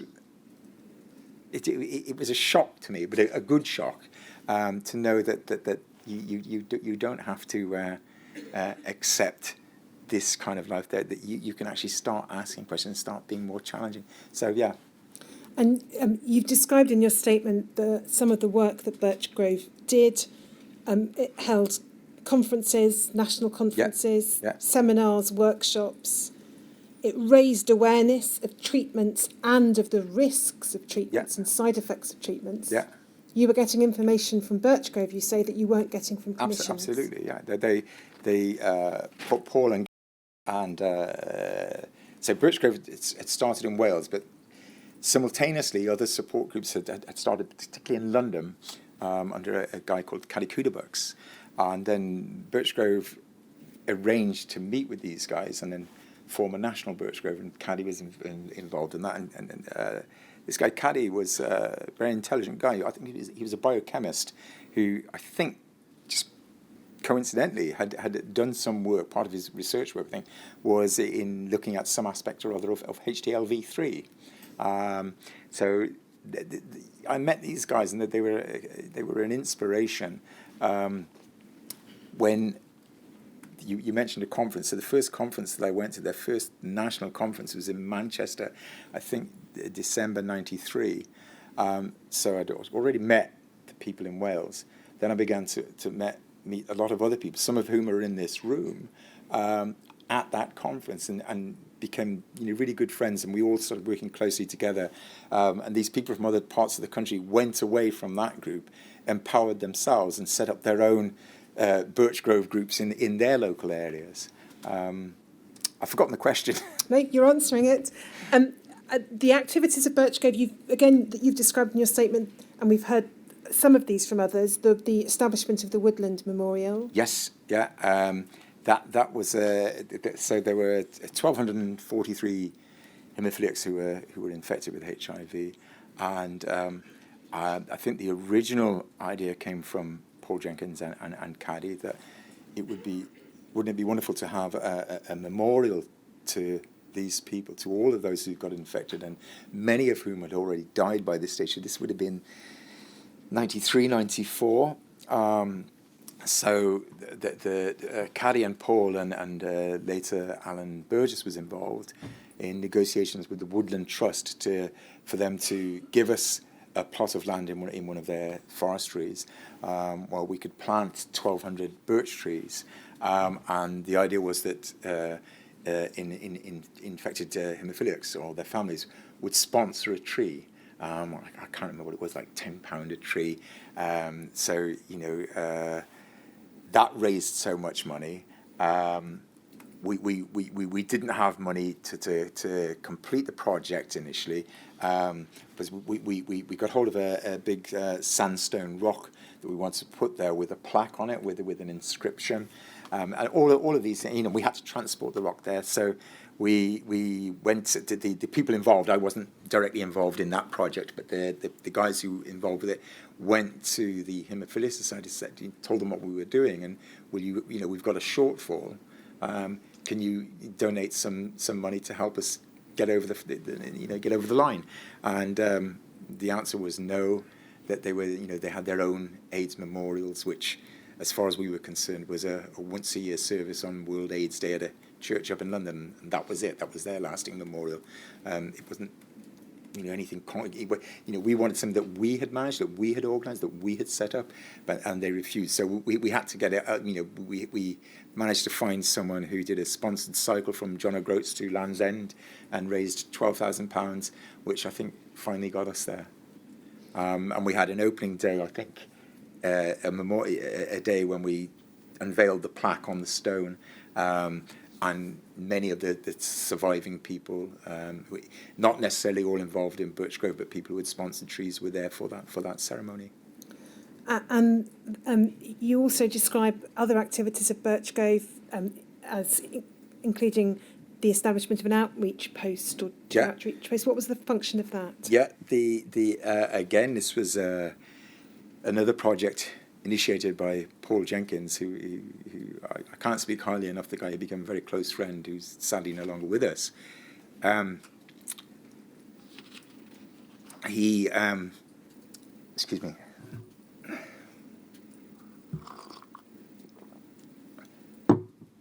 We were aware. Birchgrove had been going for 6 years at least before I got involved. So we were aware, or Paul Jenkins was aware, that there were other people out there, haemophiliacs, in the community who weren't getting the level of support that we now were getting, and that we're giving to each other. Because when I talk about psychosocial support, I'm talking about my support with some of the people in this room.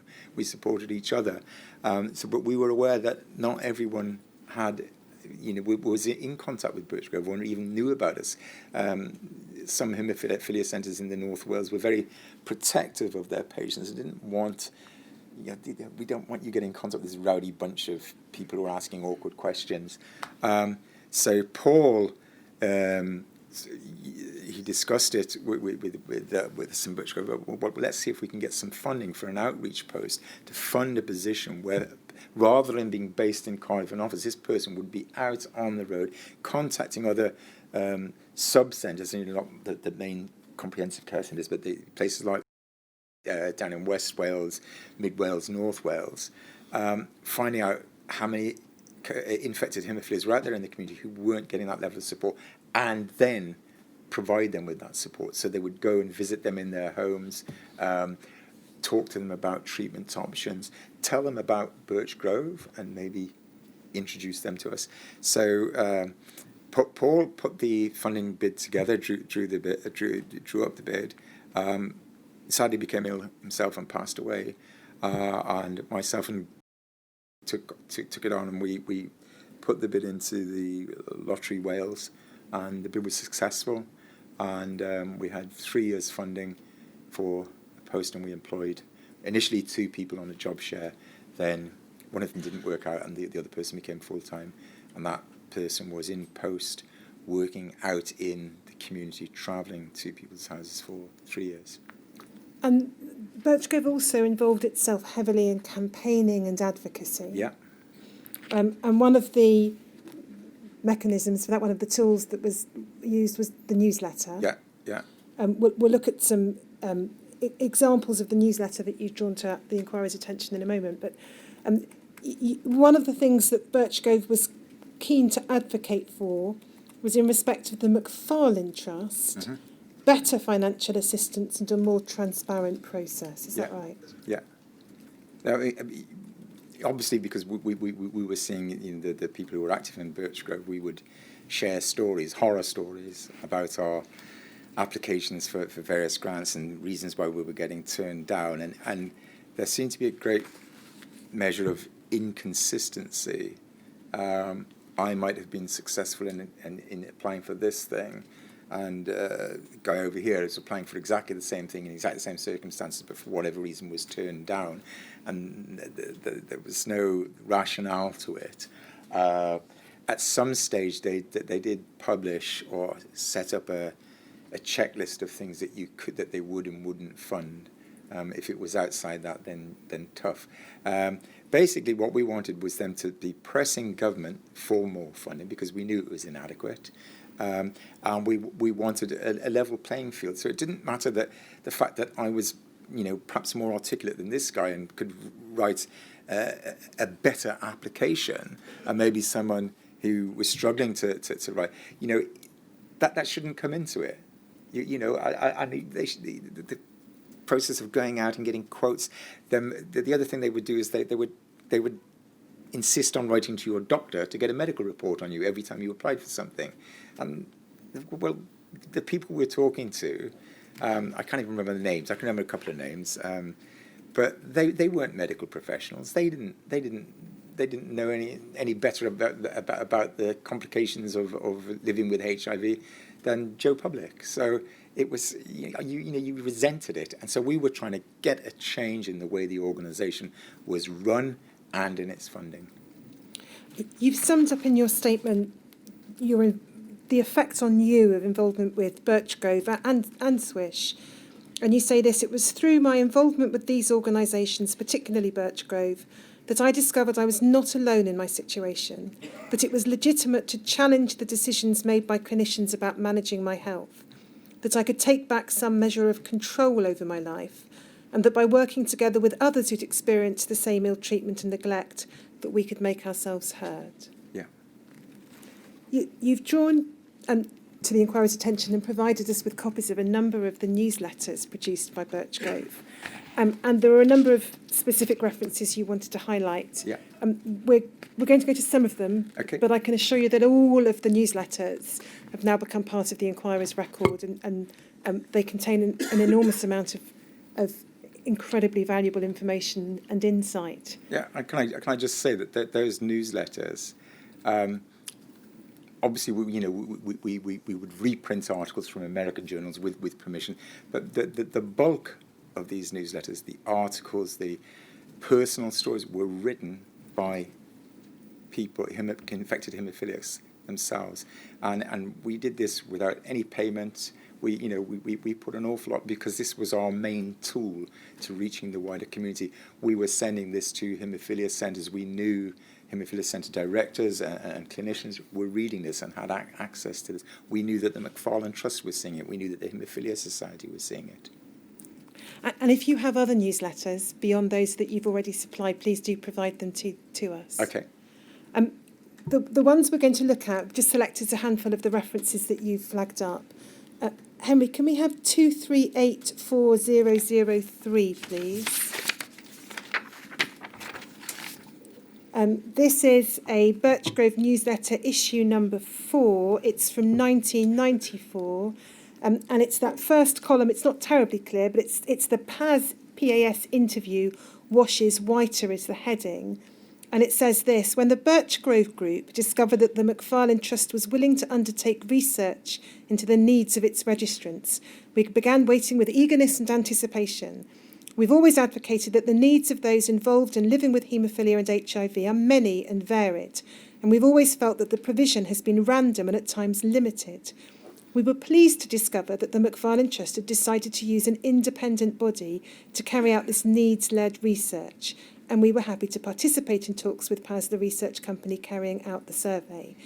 And then skipping a few lines, it says this: so it was with not a little disappointment that we've become aware that this research may not be as competent as we had hoped. And without going into the detail of the rest of the article, it talks about this research commissioned by the McFarlane Trust being undertaken by those with little or no background understanding of HIV, let alone haemophilia and HIV. Yeah, right? I think that the reference to Washes Whiter, this company who were carrying out the survey had done work in advertising and had done research work for Purcell, I believe. So I think Paul Jenkins, who wrote the article, has been quite witty there. He's Washes Whiter, and it's just going to be another whitewash. And then, if we have, please, 238404.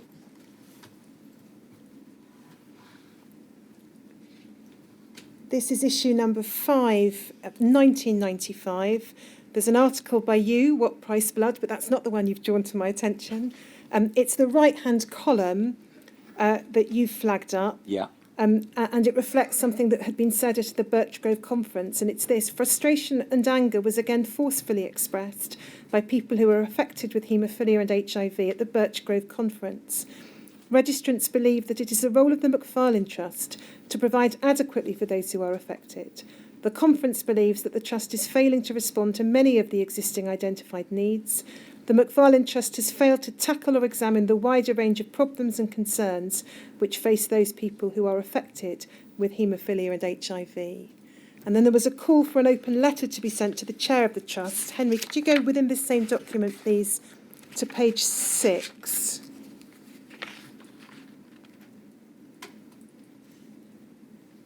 And we can see there the open letter addressed to the Reverend Tanner, chair of the McFarlane Trust at that time.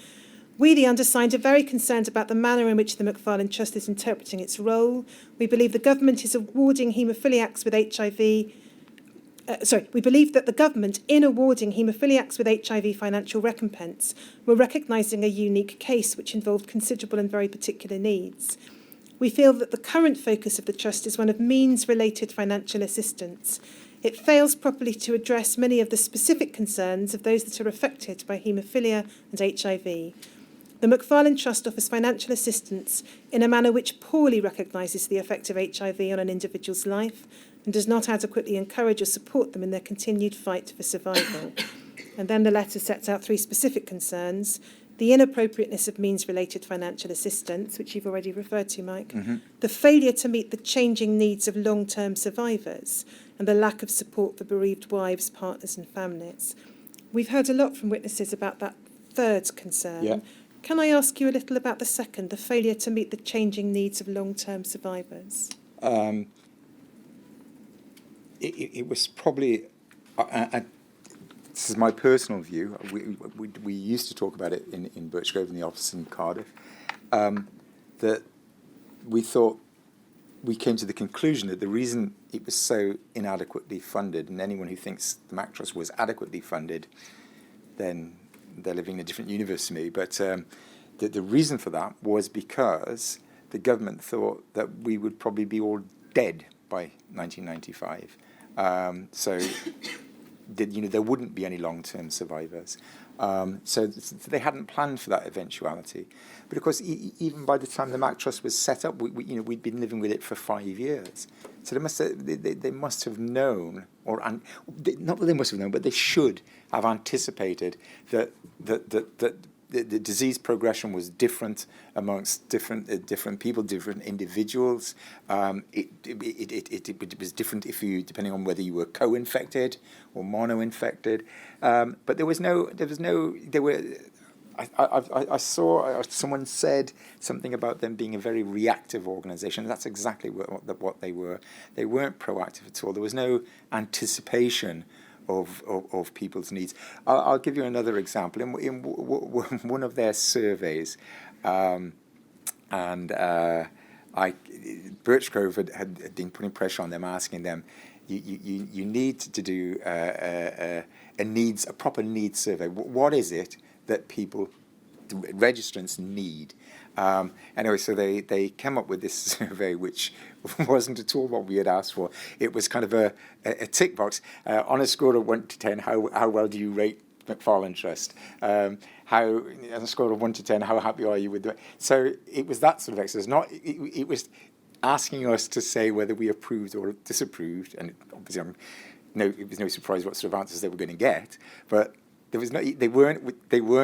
questions weren't designed to elicit what we actually needed. And we can see that view expressed in this same document. If you go, please, Henry, to page 3, another reference you've flagged up.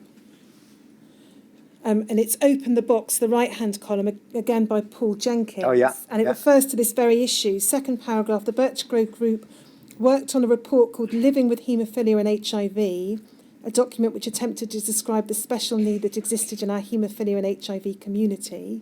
I don't know whether you have a copy of that, Mike, or anyone else, but if so, again, the inquiry would be very grateful to receive it. Okay. And then it goes on to say, Thank you. It goes on to say its main proposal was to demand that more resources be put into the psychological and social needs of those who were affected. So that's what Birchgrove was calling for. Yeah. It talks then about a meeting with representatives from the Trust, and Paul says this: I was surprised that the opinion of the Trust was that if there were needs that were not being met, then registrants were certainly not expressing this. We pointed out that we were registrants, we had needs that were not being addressed, and that we were expressing this on behalf of many other registrants who had similar opinions. And then there's a reference to a survey. We go a few paragraphs down. It says, it refers to a customer satisfaction survey. I'm worried that the original needs-led survey has been overwhelmed by a new type of research, a customer satisfaction survey, i.e. what do you think of the Trust response times? Are they friendly? Would you use brand X? I'm no expert, but I can't see how questions about existing services are going to reveal what my needs are. And then he says this: I'm concerned that this research is looking for an answer to a different question: what do people think of the Trust? While this may be very interesting, it's not going to move the issues forward. Should there be a greater range of services for those with haemophilia and HIV? What about advice for those wishing to start a family? What about help for people to remain active and involved members of society? What about support for the bereaved? I can see only one question in the survey which does relate to developing services.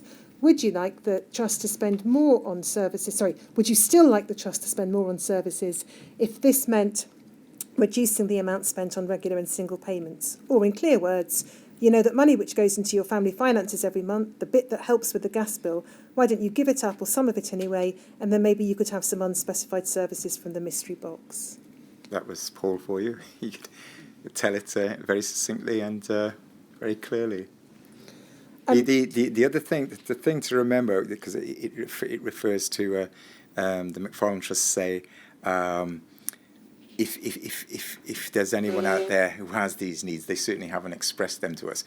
We were expressing, because we used to have meetings with McFarlane Trust staff. We used to go up to London, once every couple of months to say this is what needs to be done, but they wouldn't accept us as speaking on behalf of registrants, not every registrant was involved in Birchgrove, maybe not actively, but the majority would come to our events, they would take our newsletter. So we felt we did have a legitimate voice, because it's a voice they didn't want to hear. They saw us as this antagonistic bunch of people making all these demands. They didn't really want to talk to us or negotiate us. Certainly not in the early days. Things did change later on down the road.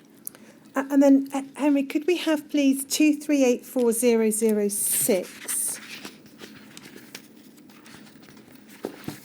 This is, again, from 1995.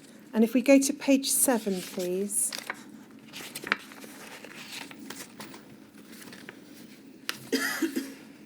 We'll just pick it up. This is part of a much longer article, but it's part of an article about sperm washing. Yeah. And we see this in the first paragraph. It refers to an article on sperm washing having been published back in November 94, first in this newsletter and subsequently in the Haemophilia Society's bulletin. Out of the blue, the McFarlane Trust stopped funding any forms of fertility treatment from November 1994. Goes back to what and that was your direct experience as well, yours and Yvonne's. Yeah. And then in this same document, please, Henry, page 15.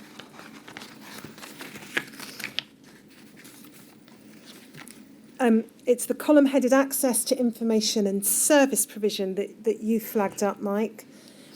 It refers to the Haemophilia Society and Birchgrove Group have commissioned a short-term study into the provision of information and services for people directly affected by HIV and haemophilia, and you were asking, or the newsletter was asking for help in this stage of the study. And then it says we've identified key areas which it seems sensible to investigate. And these are the areas that are identified.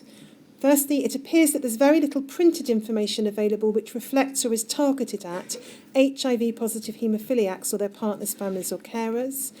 Two areas of concern which have been mentioned are the information needs for long-term survivors and information for those who wish to have children. Then it says this: as part of the project, we would like to ascertain if and how care in the community is working. We realise there may be discrepancies between the theory and people's own experiences, and there may be problems with effective and sensitive service provision. It's been said that some haemophilia centres are not fully conversant with all HIV-related treatments and care issues. Again, the point you've made from your own direct experience, Mike. There appears to be reluctance in some areas to coordinate or consult with HIV specialists, bearing in mind the long and particularly intense relationship between people with haemophilia and haemophilia centres. This area is likely to be complex. And then a final area of concern is the role and contribution that HIV-dedicated voluntary organisations are making and or could make in the provision of information and services for those affected by both haemophilia and HIV. Do you know what the outcome of the study was or what it showed? No, I can't remember. It's so long I'm sure we can ask others. And then just two further references of the various ones you've identified, Mike. 23840007, please.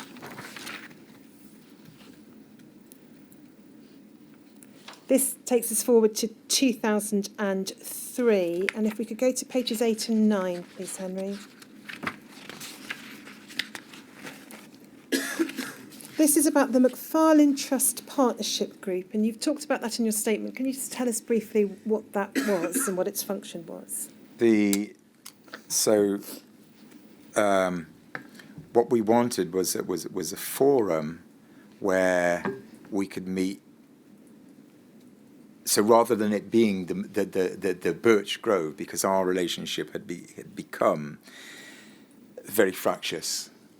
So it was a partnership group. It was, what we would have is representatives from Birchgrove, the Haemophilia Society, and registrants who weren't necessarily had any connection with Birchgrove, but to be able to meet on a regular basis, discuss the needs of the registrants, so that it would be a less antagonistic forum.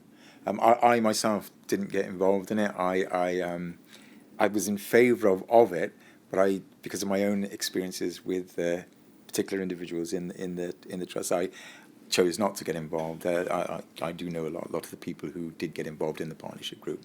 And if we look at page 9, please, Henry, which is just part of this article, there's one particular bit that you've I think this is one of the bits you flagged up. It's the second main paragraph. One issue bugging many of us was that we could sound off to MFT, write to our MPs, hassle the Haemophilia Society, and generally moan at anyone we could get our hands on. But no way did we have access to the people who matter, the officials and ministers at the Department of Health. We feel that it's important that government at least know how we feel. Personally, I'm not happy with the status quo and find the very existence of the MFT ridiculous in its current format. I am not happy that 20 years on I have to go cap in hand to MFT for financial help that may well be turned down, or that should I die my family will have to sink or swim after 6 months, or that I've not been able to work for 10 years and worry about finances constantly. And that's just me. What about all of you, your worries and concerns? And that view, expressed here by a particular individual, it is, as I understand it from reading the full range of Birchgrove material you've given to us, a pretty near unanimous view from those who were involved in Birchgrove. Yeah. I mean, I think a lot of the time they must have thought that it was just the same bunch of individuals. But by this time, I was no longer involved in the newsletter. I would still write articles for it, but I had no editorial input at this time.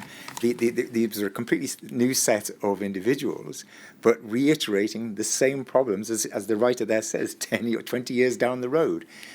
So these problems hadn't been resolved. The partnership group itself didn't. In some ways, it was a positive thing, but it didn't resolve all the issues. And I believe that things became worse again later on down the road. These were widely held attitudes by people towards the McFarlane Trust. And then the final reference, 23840014, please, Henry.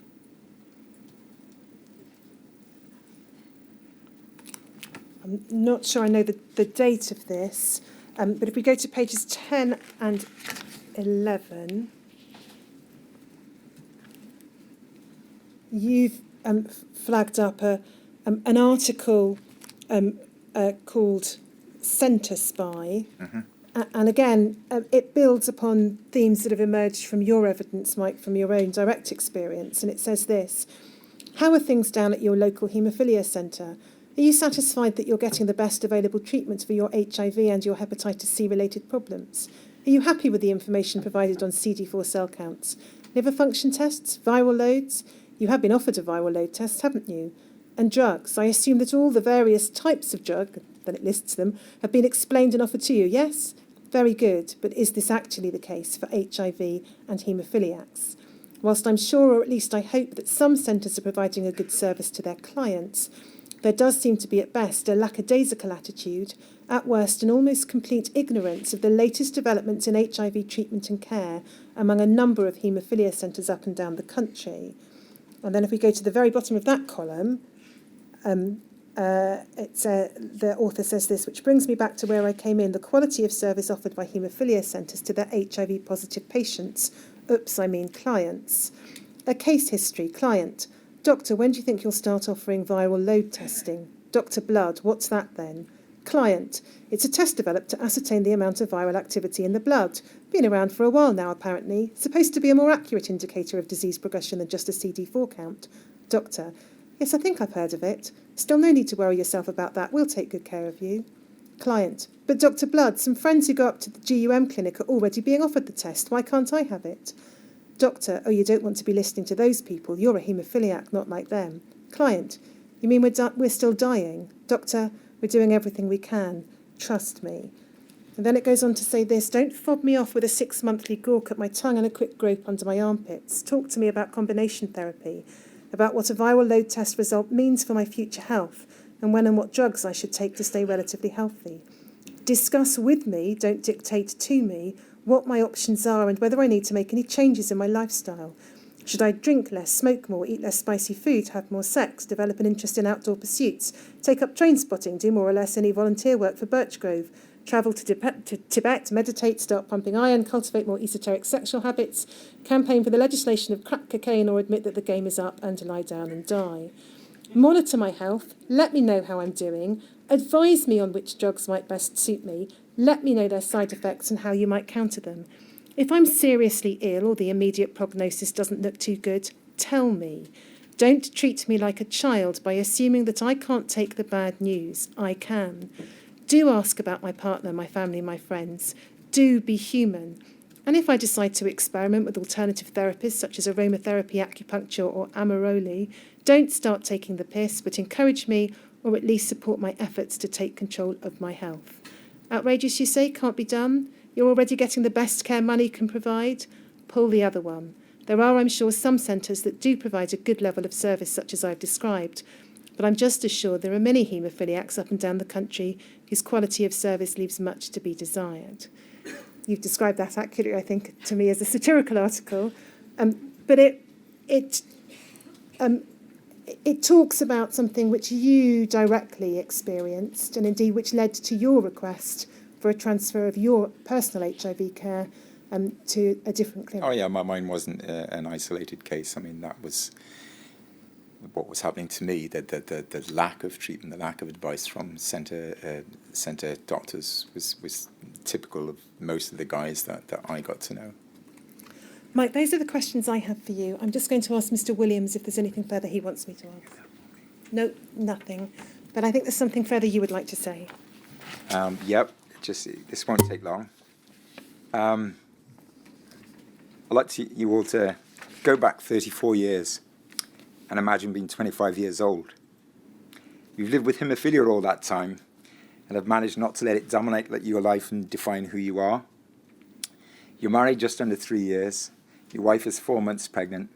Both of you having good careers, a house and mortgage in North London. You have, in effect, everything to look forward to. And then what happens? HIV happens. Like most haemophiliacs who are infected with HIV, I was totally unprepared for the way in which it would change the course of my life. From having everything to live for, to having to come to terms with what was initially a death sentence, the next 10 years or so were the most difficult of my life. It impacted not only on my physical and mental health, but on my own and my wife's careers, our plans for having a family, our home, social lives, and our relationship. I'd spent the first 17 or 18 years of my life having to cope with the day-to-day reality of haemophilia, To a large extent, this meant I was always being told by parents, teachers, doctors what I could and couldn't do. I was always resistant to these voices, wanting, like most people, to find my own way in the world.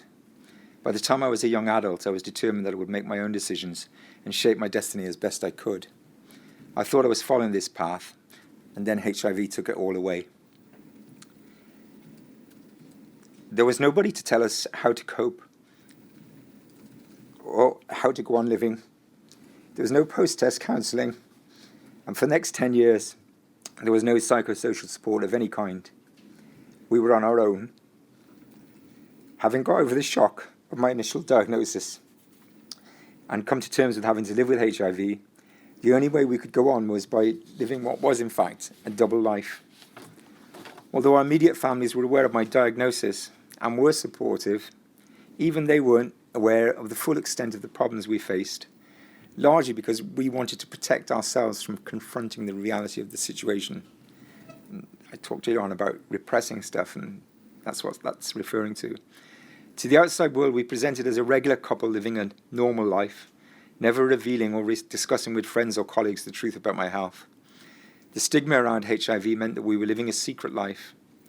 We were terrified that if people found out, we would be ostracized and our daughter shunned by her school friends.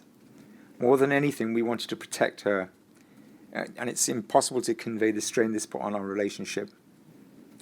It was only within the confines of the relationship that we were able to talk openly about our hopes and fears, trying to adjust to the new reality and the plans for what had become a more circumscribed life. Although we tried our best to adapt, the truth was the curtailment of our hopes and dreams had a shattering impact on our marriage. Despite all of this, we're still together. Ivana's stuck by me through everything. Health crises, financial difficulties, and in particular dealing with my erratic mood swings, my anger, bitterness, and dark moments. And for this, I'll always be grateful. The isolation came to an end after 8 years when we became involved with Birchgrove. It was through the friendships we made, the support and camaraderie, and most of all the sense of purpose it gave me, that we were able to get through the pain and fear of the realities of living with HIV and hepatitis C. Many of those friends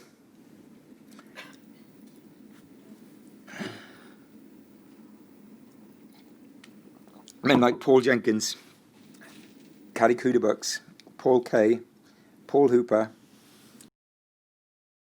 had their lives cut brutally short, but in founding Birchgrove and empowering so many others, they began a process of advocacy and campaigning that contributed to where we are now with this public inquiry. There's two things I'd like to say about two of those individuals. Caddy Kuderbucks was a Buddhist, and he knew he was dying. He was getting lots of infections. He was in very poor shape. He was married, and his wife, Deborah, I think, had given up her job to look after him through his final days.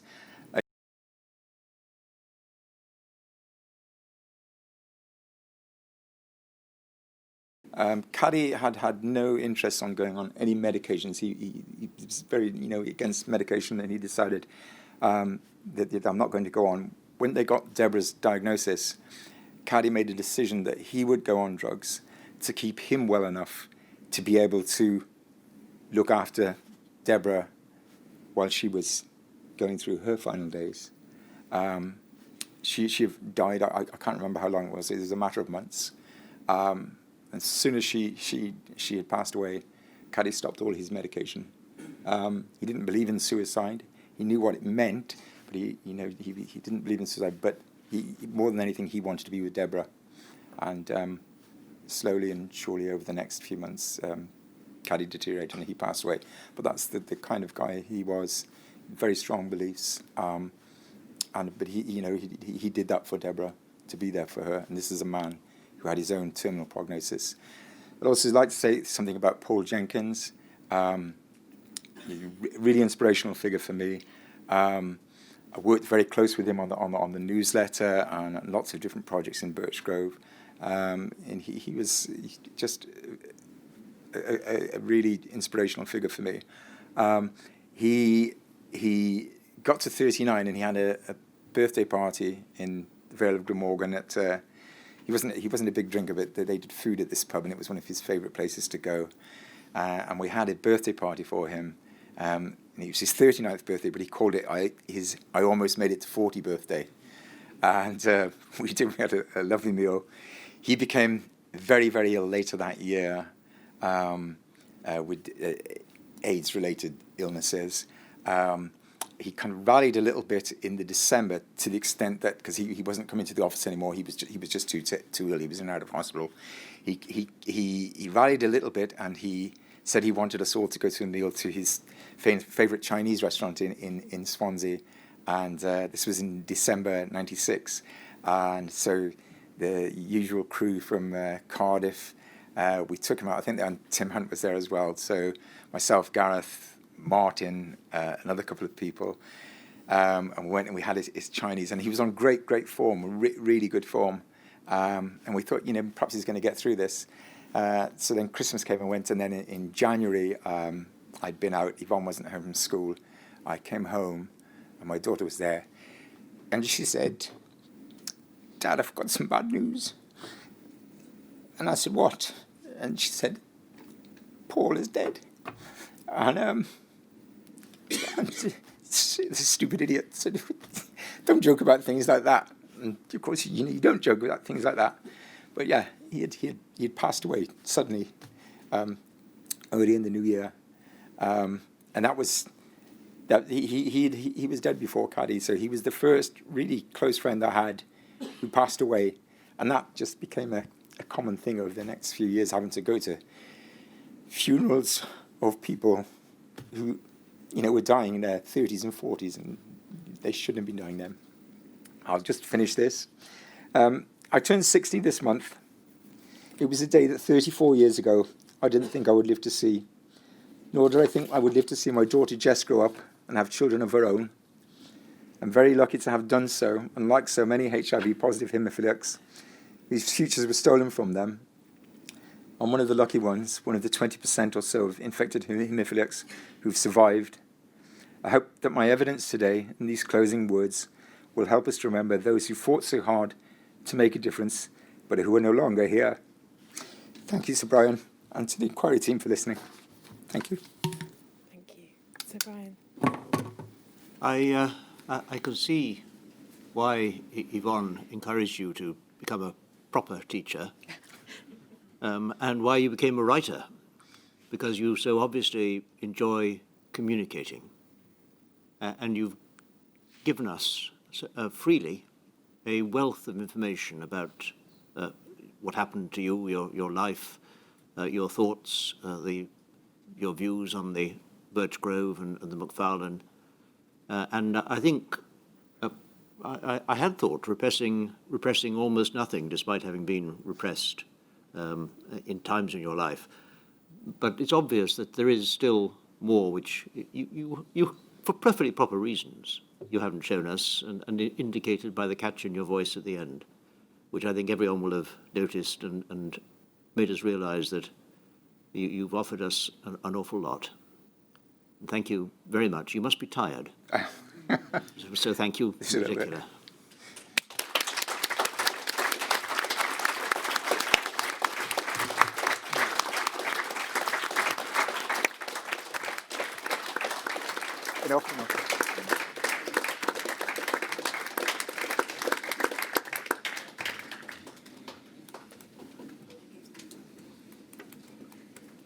Well, tomorrow, 10 o'clock. Yes. We have evidence from Irina Batters, Miles Hutchison and Paul Hutchison, and then from two anonymous witnesses. So 10 o'clock tomorrow.